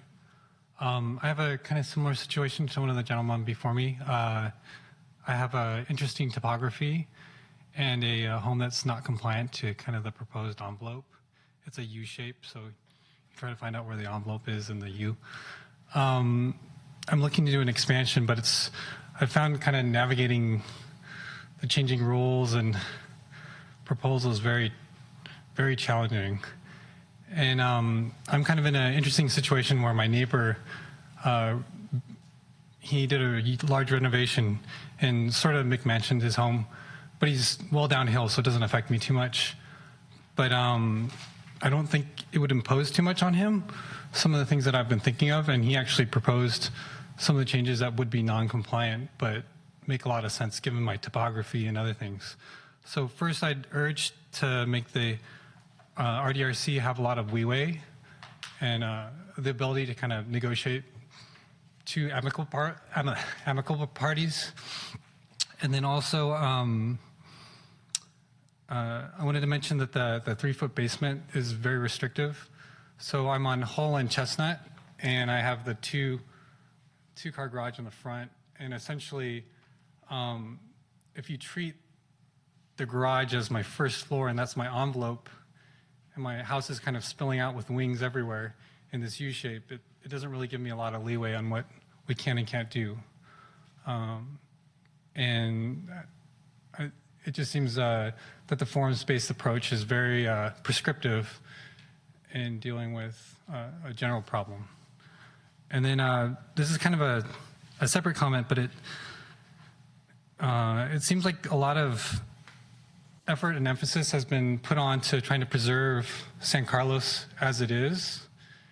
And just a general comment that I would also urge the city to kind of look at zoning and other ways to just increase housing supply in general, because while it is important to preserve the well-being and livelihood of people who are currently here, there's a lot of people who are excluded from the community because they just can't simply afford to live here. And I think we're kind of trying to protect people's homes as they are now, but we're also investing all that energy in a way that excludes people from building higher density homes and other things in the area. So, thank you. Thank you. This may be the last speaker if the others two didn't come back. Tom Diridon? Anybody named Tom? Going once. How about Kevin Frederick? Did he come back? Or Laureen Lederer? All right, that's all the slips I have. Thank you.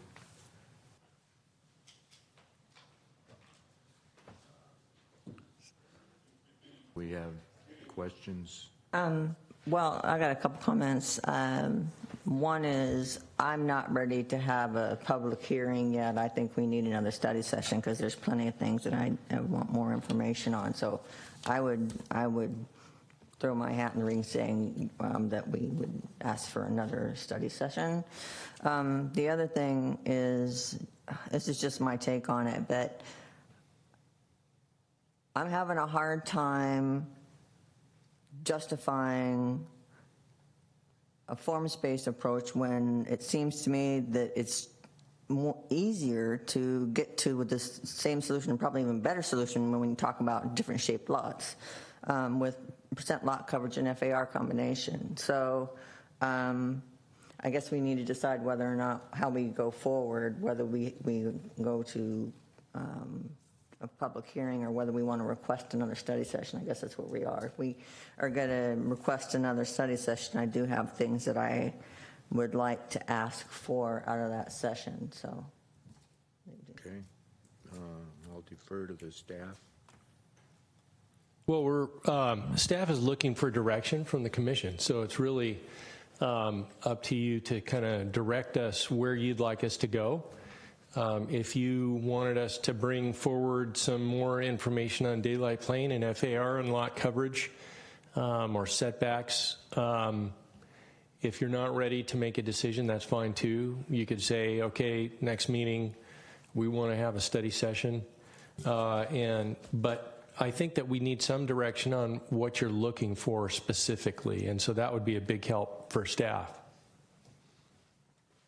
So maybe one suggestion is,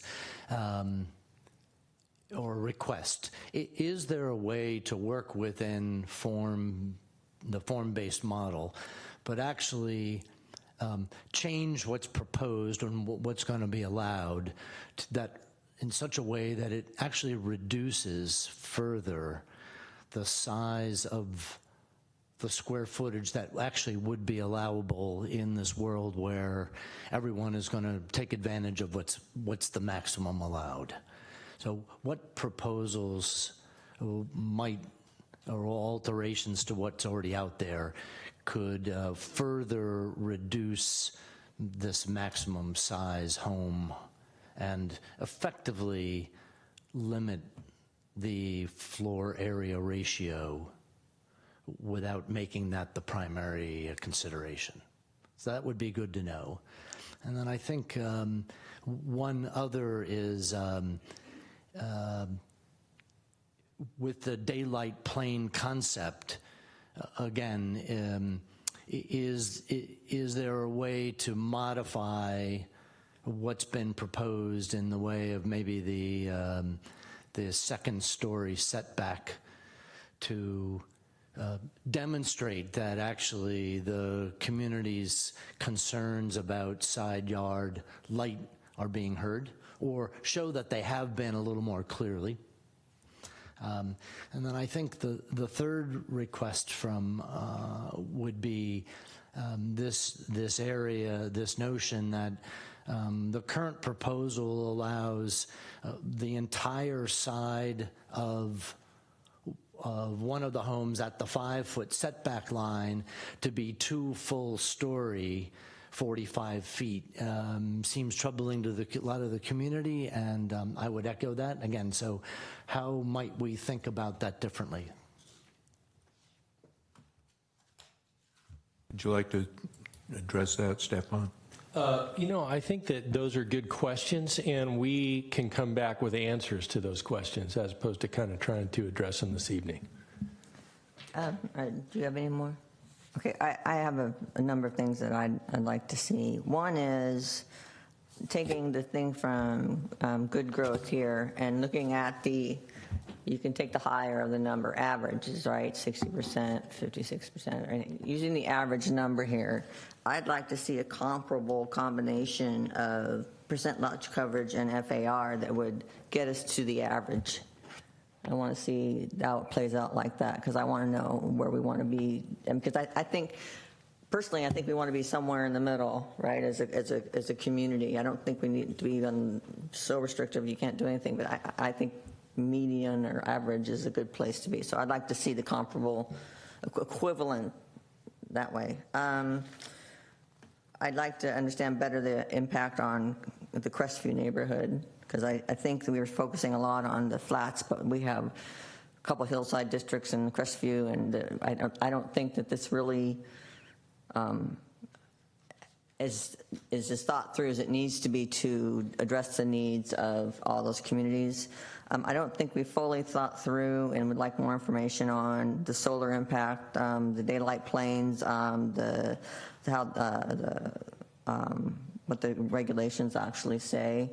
I'd like to have more information on that. I don't remember who the lady, I forget, she was the other architect that was here, and she was talking about, the linear feet. Thank you.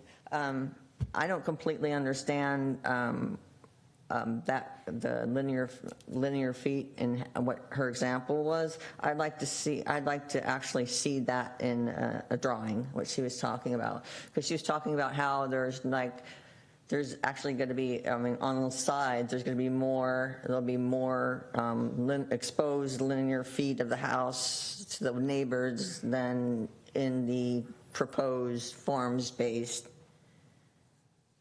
solution. So I'd like to see how that works. Did I explain that? Okay. Let me see if there's anything else. Just a comment, with the main body style way of doing this thing, I really question how that's going to play out in remodels. And so much of what we do are remodels, not new builds.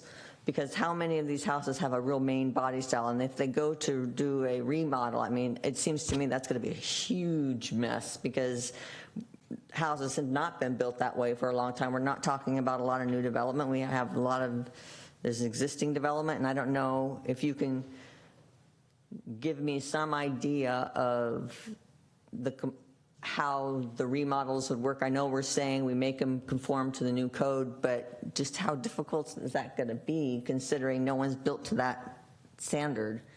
Are those houses innately have the main body style in them already? Or I don't understand that part, so if you can clarify that. So I think that's all. That's all. I'll make a motion that we go ahead. I also support having another study session, and I agree that the application of the forms-based approach to remodels sounds complicated. I don't want to throw away the forms-based approach, because there's some win-win opportunity. So in addition to being able to see if we can turn down the dial on a strictly forms-based approach, as Jim was suggesting, the combination of the forms-based approach with a alternative maximum ratio is a possibility. So we have a motion and a second for an additional study session. Oh, do you want a motion? I motion that we have an additional study session on the date to be determined. I second that motion. Commissioner Roof? Yes. Commissioner Iacopone? Yes. Vice Chair Bergman? Yes. And Chair Bradley? Yes.